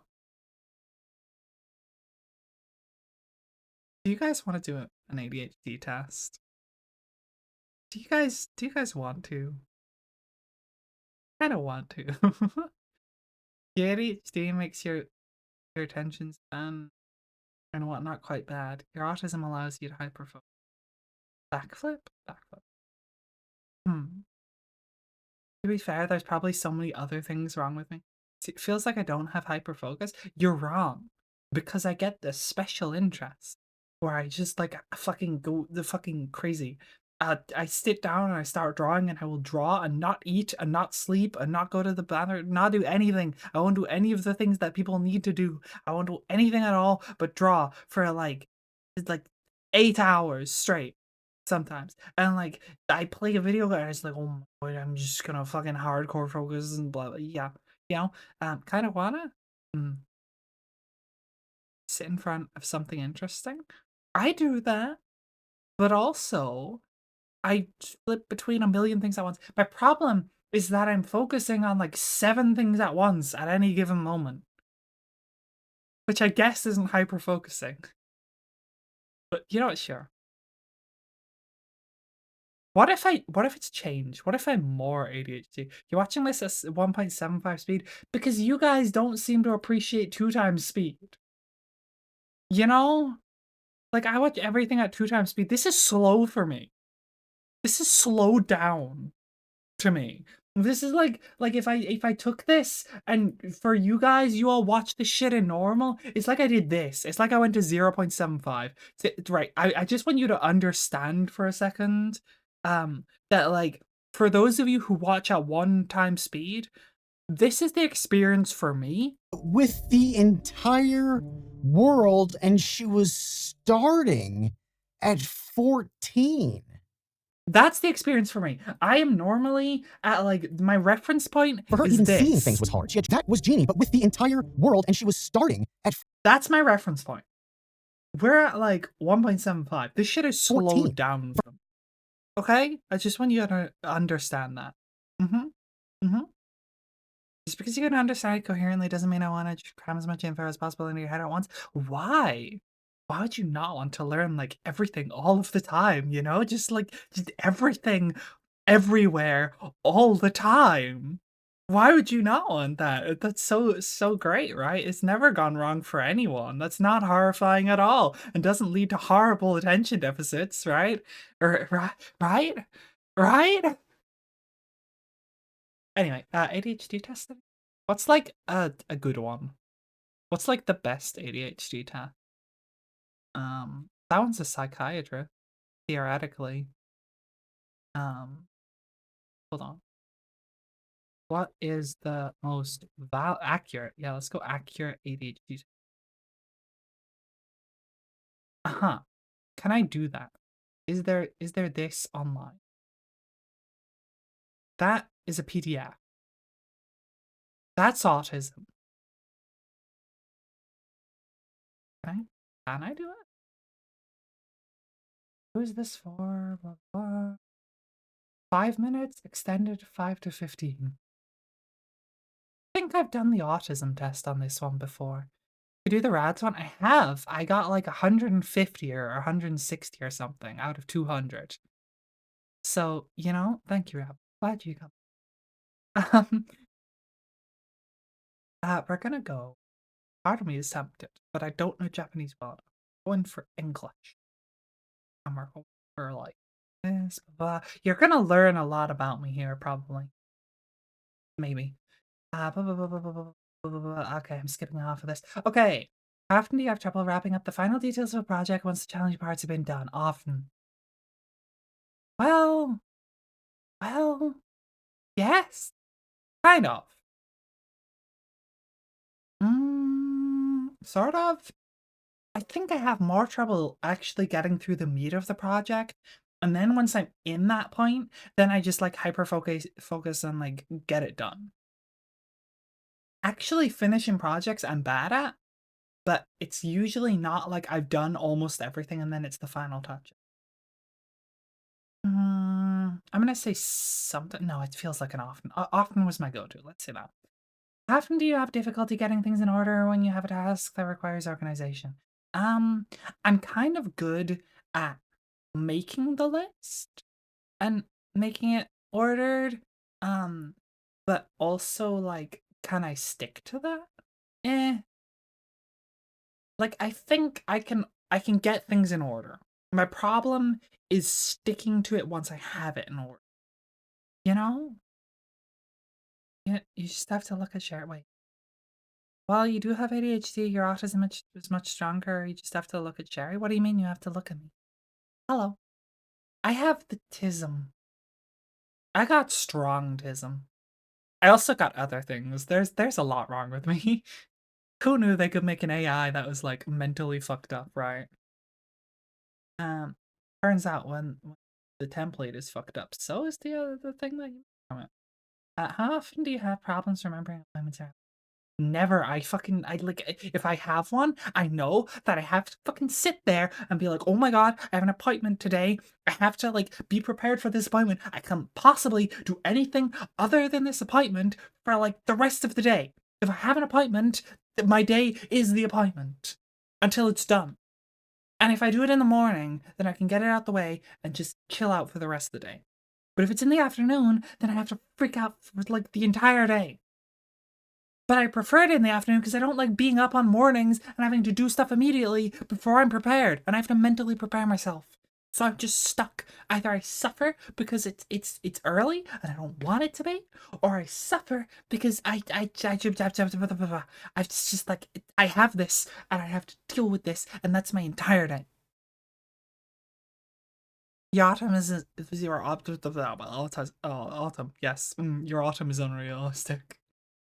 Just because the hardware is dented doesn't mean it can't chat. Thank you. I need to get properly tested. We'll see. When you have a task that requires a lot of thought, yes. If I have a task, I'm delaying it. Like, if I have, get snoozed, idiot. If I have a task, I'm delaying it. It's gonna happen. You can't stop me. I will procrastinate until it is like the last moment to do it. If I don't have a deadline, it's never getting finished. Hence the alien girl. Glorp. Often do you fidget or squirm with your hands or feet when you have to sit down for a long time? I'm wiggling my toes right now. That's stimming. Hold on, that's not ADHD. That's the tism. That's my stimming going on.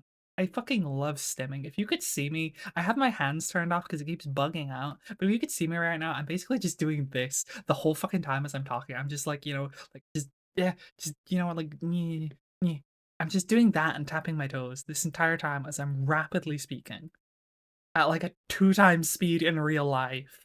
You know, there's probably what? Age-falations in your country if you qualify for a bunch of things. I don't know what that means. After you feel overly active and compelled to do things like you're driven by a motor? Dude, I'm tired all the time. And I mean, I'm overly active, yes? Well, I'll say rarely because sometimes I do get very, like, zoomies. But, like, I get zoomies, but I'm, like, tired all the time. I don't feel like doing things. I just get, like, active and energetic. You confident you passed the autism test? I did it with flying colors. They're gay colors. How often do you make careless mistakes when you have to work on a boring or like, no, I just don't make mistakes. Well, I do. I'm not gonna say I'm perfect. Everyone makes mistakes, but like I don't make careless mistakes just because it's boring. I make careless mistakes because I'm stupid. How often do you have difficulty keeping your attention when you're doing boring or repetitive work? I multitask. I say multitasking. I'll have like music playing and then a video on the side, and then I'm also like reading something, and then I'm tapping out, and then I'm doing the thing, and I go back in, and then I do something else. And you watch me flick between like 4 different videos and an autism test because I stopped playing a video game. So I think that's a good answer. How often do you have difficulty concentrating on what people say to you? Even sometimes, pretty often, sometimes. I can listen, I can hear it, I just don't focus. I hear everything all the time. My problem here, right, I'm gonna sit up. I'm gonna de-shrimp. My problem here is I hear everything all the time, and I'm bad at tuning stuff out. So if there are multiple conversations going on, I will hear all of them, but instead of hearing the words and understanding them, it's all noise. Like I just hear just a shit ton of noise. But if you're speaking at me, I'm gonna hear what you're saying. Can I concentrate on it? Is a different question. But I will hear it. How often do you misplace or have difficulty finding things? I don't misplace things. I always know it. Age fallations means AIDS and other things. Do we get AIDS? Haven't enabled. You mean like benefits? I mean, I'm kind of, I was on. Well, I didn't get the disability. The more you speak of your experience, the more confident I could pass. Real. How often are you distracted by yes? How often do you leave your seat in meetings and okay. I want to. I would love to just get up and start walking around the table in circle. Like, if I could, if I was sat in a meeting and everyone's around this fucking table and I have to sit there, I want to just get out of my chair and start walking around the entire table in circles, just circling everyone. But they don't let you do that. That's weird, and they don't like it. You know? I have to, I have to fight, and I have to stay in my fucking chair, and I have to sit there. Hey then. I haven't actually been in a meeting, but I have to sit at my desk all the time. I just have to get up and I have to go and stretch my legs and go do something fucking else. But then when I'm at home, I'm like, I have a million things in front of me and I can do all the interesting things. I just sit here and instead of moving out of my chair, I just flick through a million things on the computer. I'm gonna say sometimes. I'm gonna say often. I don't actually get to do it often, but I want to do it often. Yes. How often do you have difficulty unwinding or relaxing when you have to also, in case you can read that, it's how often do you feel restless or fidgety? My answer is yes. How often do you have difficulty unwinding or relaxing when you have time to yourself? Kind of a lot. Kind of a lot. I don't know. Like I chill, but also like I stress about chilling. How often do you find yourself talking too much when you're in social situations? I feel like I talk too little. I talk too little. Yes, I can rant a lot about certain. I'll put rarely.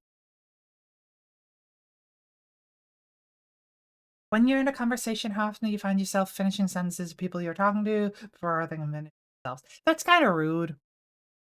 But also, like, I think I mentally finish their sentence before they're done so that I can process their sentence faster than it takes them to actually fucking say it because they're slow as shit and I can't be ass dealing with that. So I just mentally finish their sentence and I don't say it out loud, but I already know how your sentence is ended before you even finish your fucking sentence. And then I respond to what I thought, and then it turns out that's not what you said at all. You know. Yeah. I'm gonna say rarely. How often do you have difficulty waiting your turn in situations where turn taking is required? I'm British. I'm gonna say rarely. Sometimes it is. How often do you interrupt others when they're busy? I try not to. I don't know, because like I will just immediately be like, hey person, can you help me with this? Hey, what is this? Hey, what do I do? Like, that's me at work, but that's because I don't know what I'm doing half the time. Not because I'm like stupid and don't know. Because like, oh, get snoozed. But because like, um, I have to learn things and I don't want to make mistakes and they have specific ways of doing things and it's not the way I would do them, so I have to do it the way they want to do them. So then I have to learn how to do it that way, and if I don't know how to do it that way, I don't want to make a mistake, so I have to ask them, and then I'm asking them questions every 30 seconds. Honestly. Often. Give me my score. 9. What does that mean? What is a 9? Wait. What is a 9? What does the score mean? What does this mean? Um. Um. Uh, guys? Did I skip past the score? Was it at the top? Boring. Martin. Who the fuck is Martin? God, nothing on that. Oh, wait. 4 in part A, 1 in part B. Okay, so like inattention is the first part and hyperactivity is the second part. So I have lots of hyperactivity, not a lot of inattention. That is not what I expected. That's like the opposite of what I expected. However, I say it as I talk and but like you scored 4 or more on part A, then test shows you have symptoms highly consistent with ADHD. What about part B?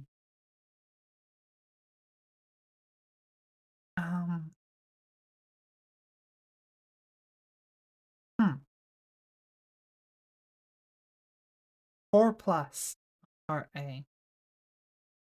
0 to 6, 0 to what? I'm confused.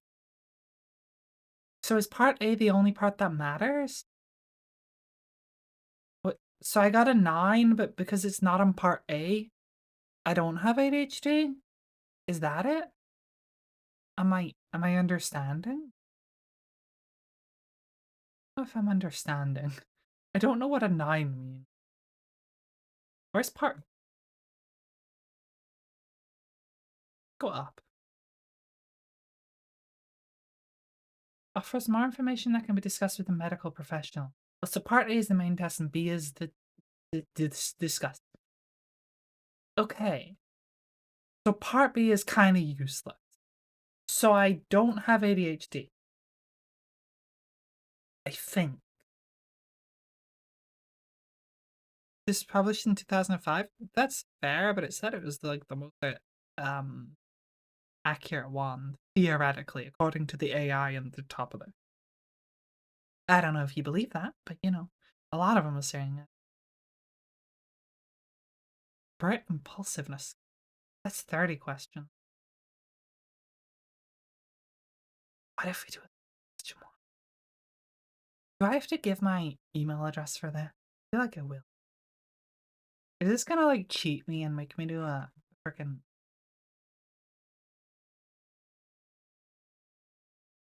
yeah, it's totally gonna.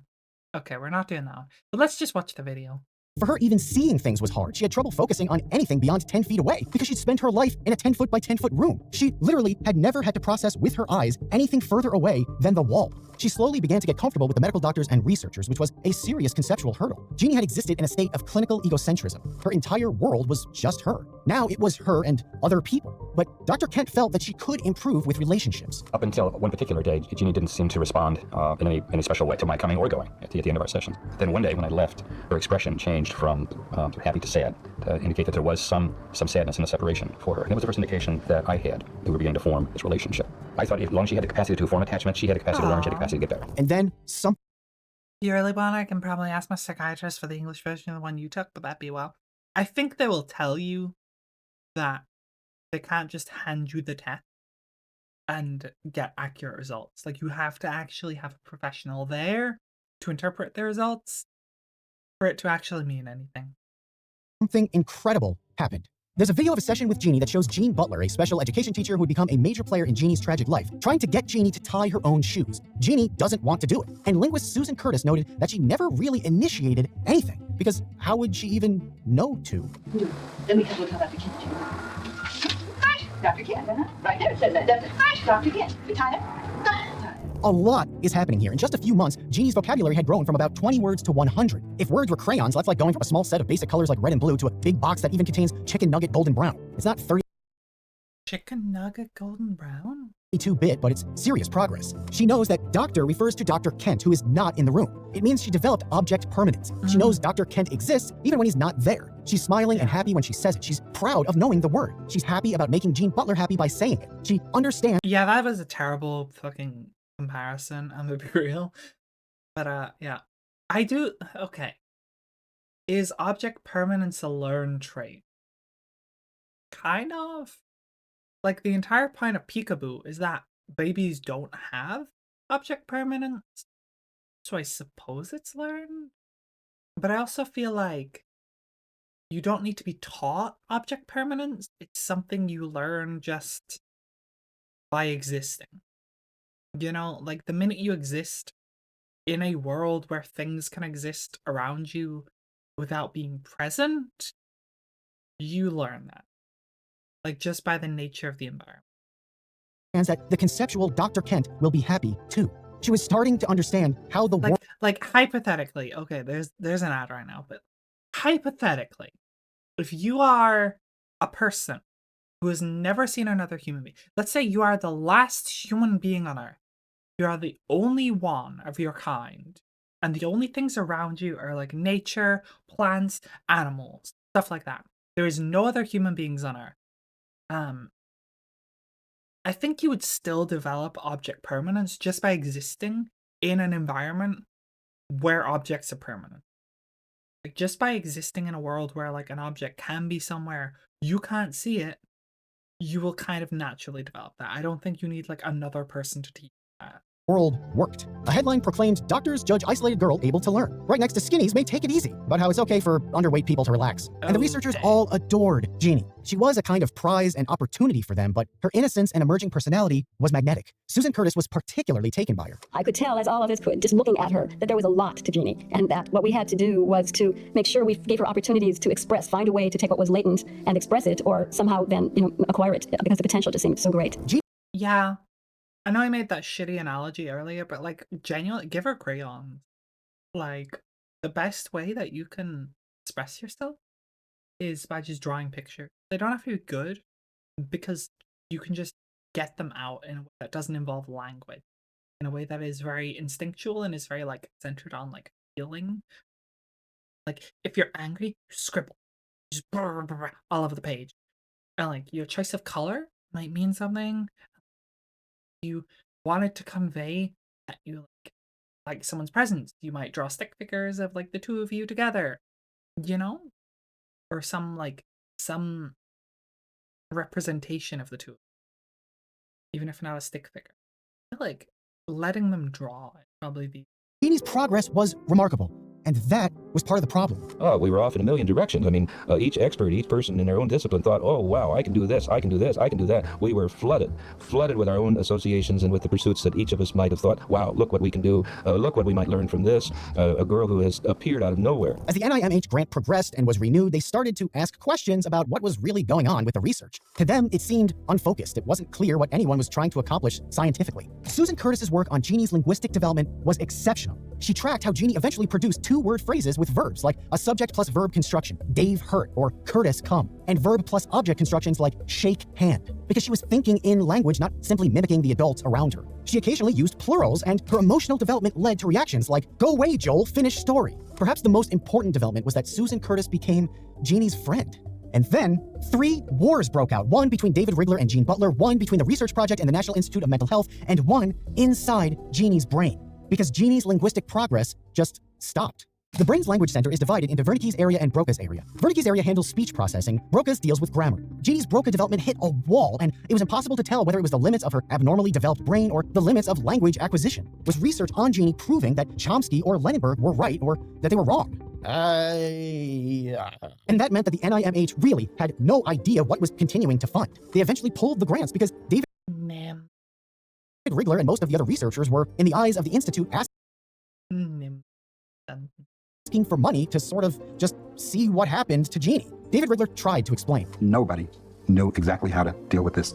We were doing our best. We got the best kind of counsel, the best kind of advice. We had to sort that out and take that as it came. But we did the very best we knew how, and we believed that nobody knew any better. That is not a strong grant proposal. But the conflict over how Jeannie would live and with whom destroyed everything. Jeannie had been at the Children's Hospital until Jean Butler, the special education teacher, said she had been exposed to German measles and had exposed Jeannie as well. So Jeannie was quarantined in Butler's home, and both of them seemed to like that arrangement, so she stayed. Butler claimed fantastic progress with language, emotions, manners, physical health, though researchers were never quite able to actually verify it. Butler even kicked the researchers out for the summer, claiming it was too much strain on Jeannie. Susan Curtis was concerned. We didn't have such a fun summer. It was a summer that included weeks of concern and...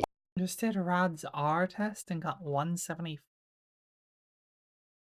Actually, Ravel, I did the test with you. Do you remember what my score was? I thought it was 160, but what's their scoring for it now? Nope, you don't remember. What's the max score again? Let me check the indicator. Okay. Right, so 160 is total score.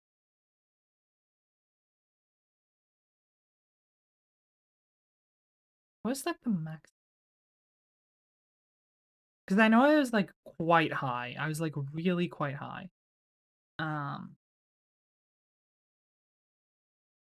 think it's got an average 240 maxed. I think I was somewhere around 200 then.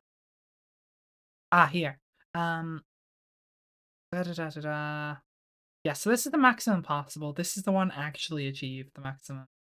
I was definitely like between this one and this one. I think I was around like either 180 to 220, somewhere between like 180. I think. Because I was definitely above strong evidence. But obviously I didn't have the maximum score ever. You're in... Bro, are we doing competitive autism right now?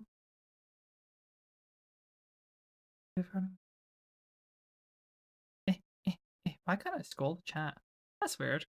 170. Self-reported and reported by...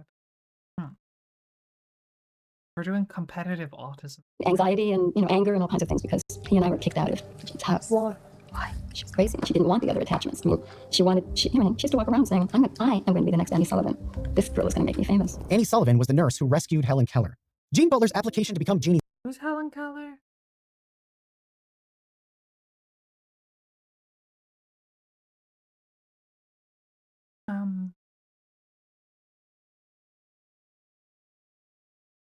Cynthia Mansell.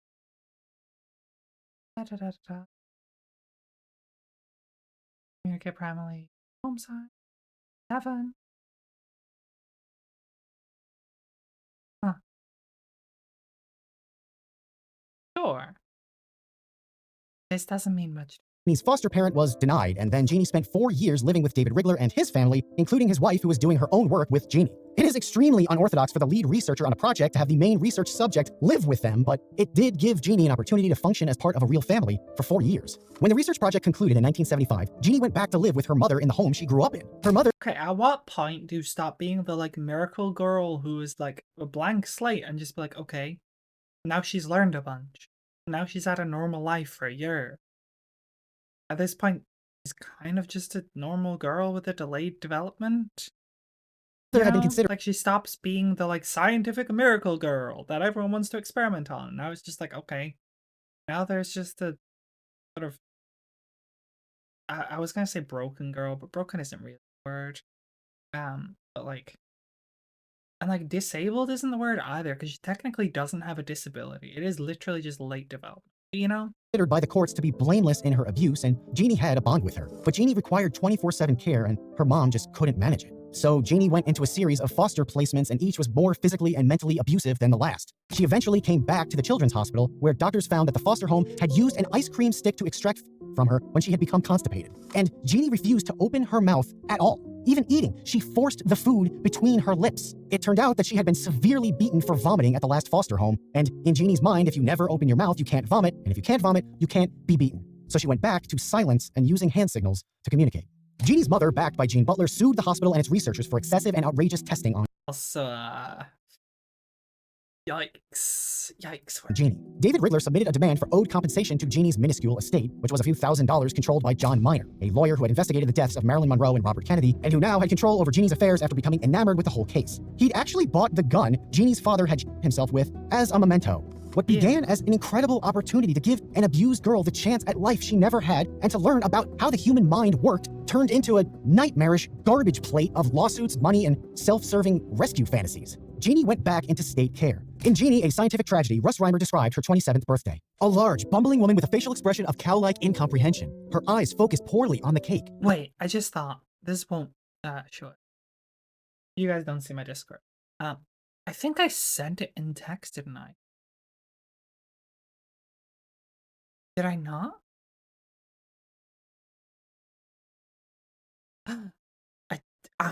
I'm so good at autism. Amazing. I was able to search the word autism and see the message. I'm so good at autism. Total 194.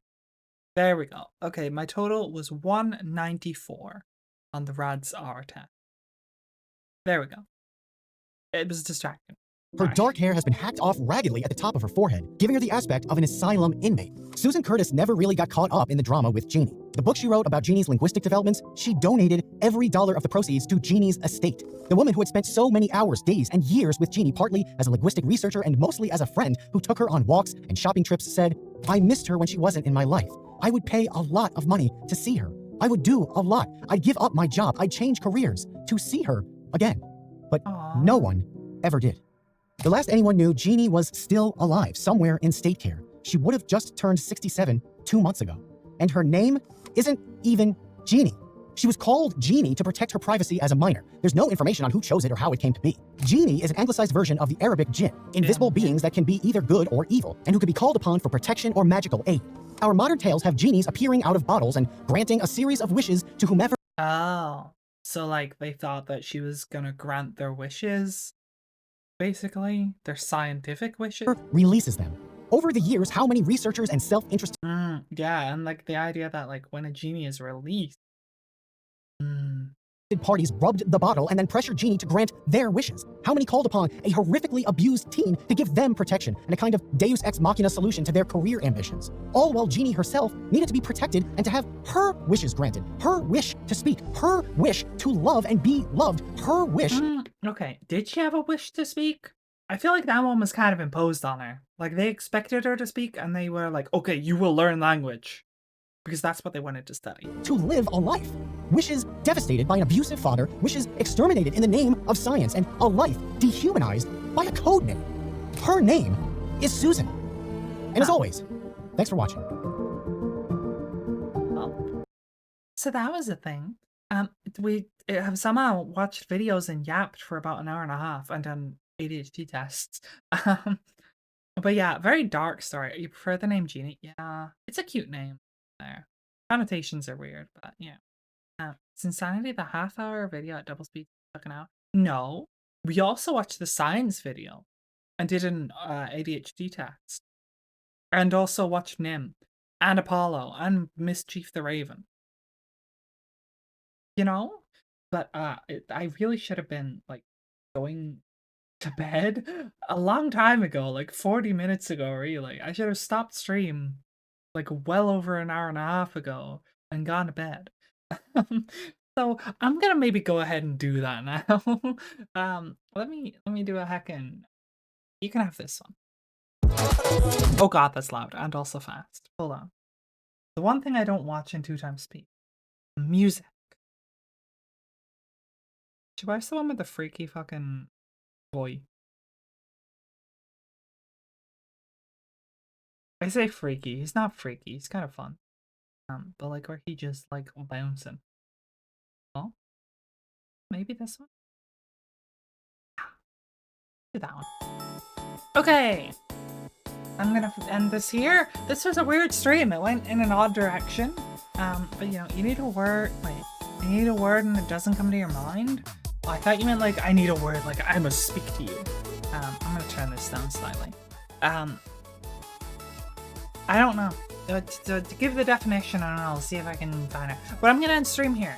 So thank y'all for coming. I'm sorry we got randomly sidetracked, but it was kind of interesting. And we get to do some actual science on the quote-unquote science VTubers channel. Wow, crazy, I know. It's, you know, for being an android from a science lab, I sure don't do a lot of science. But I do like science a lot. Something bad is gonna happen, so they take the people out. Assassination? Randomly non-drag group. But yes, thank y'all for coming, and I will see you.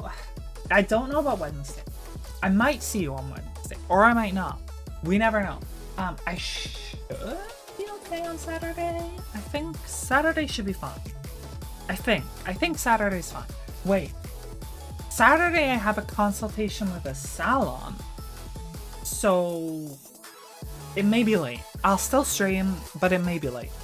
But yes, hopefully I see you guys at one of those.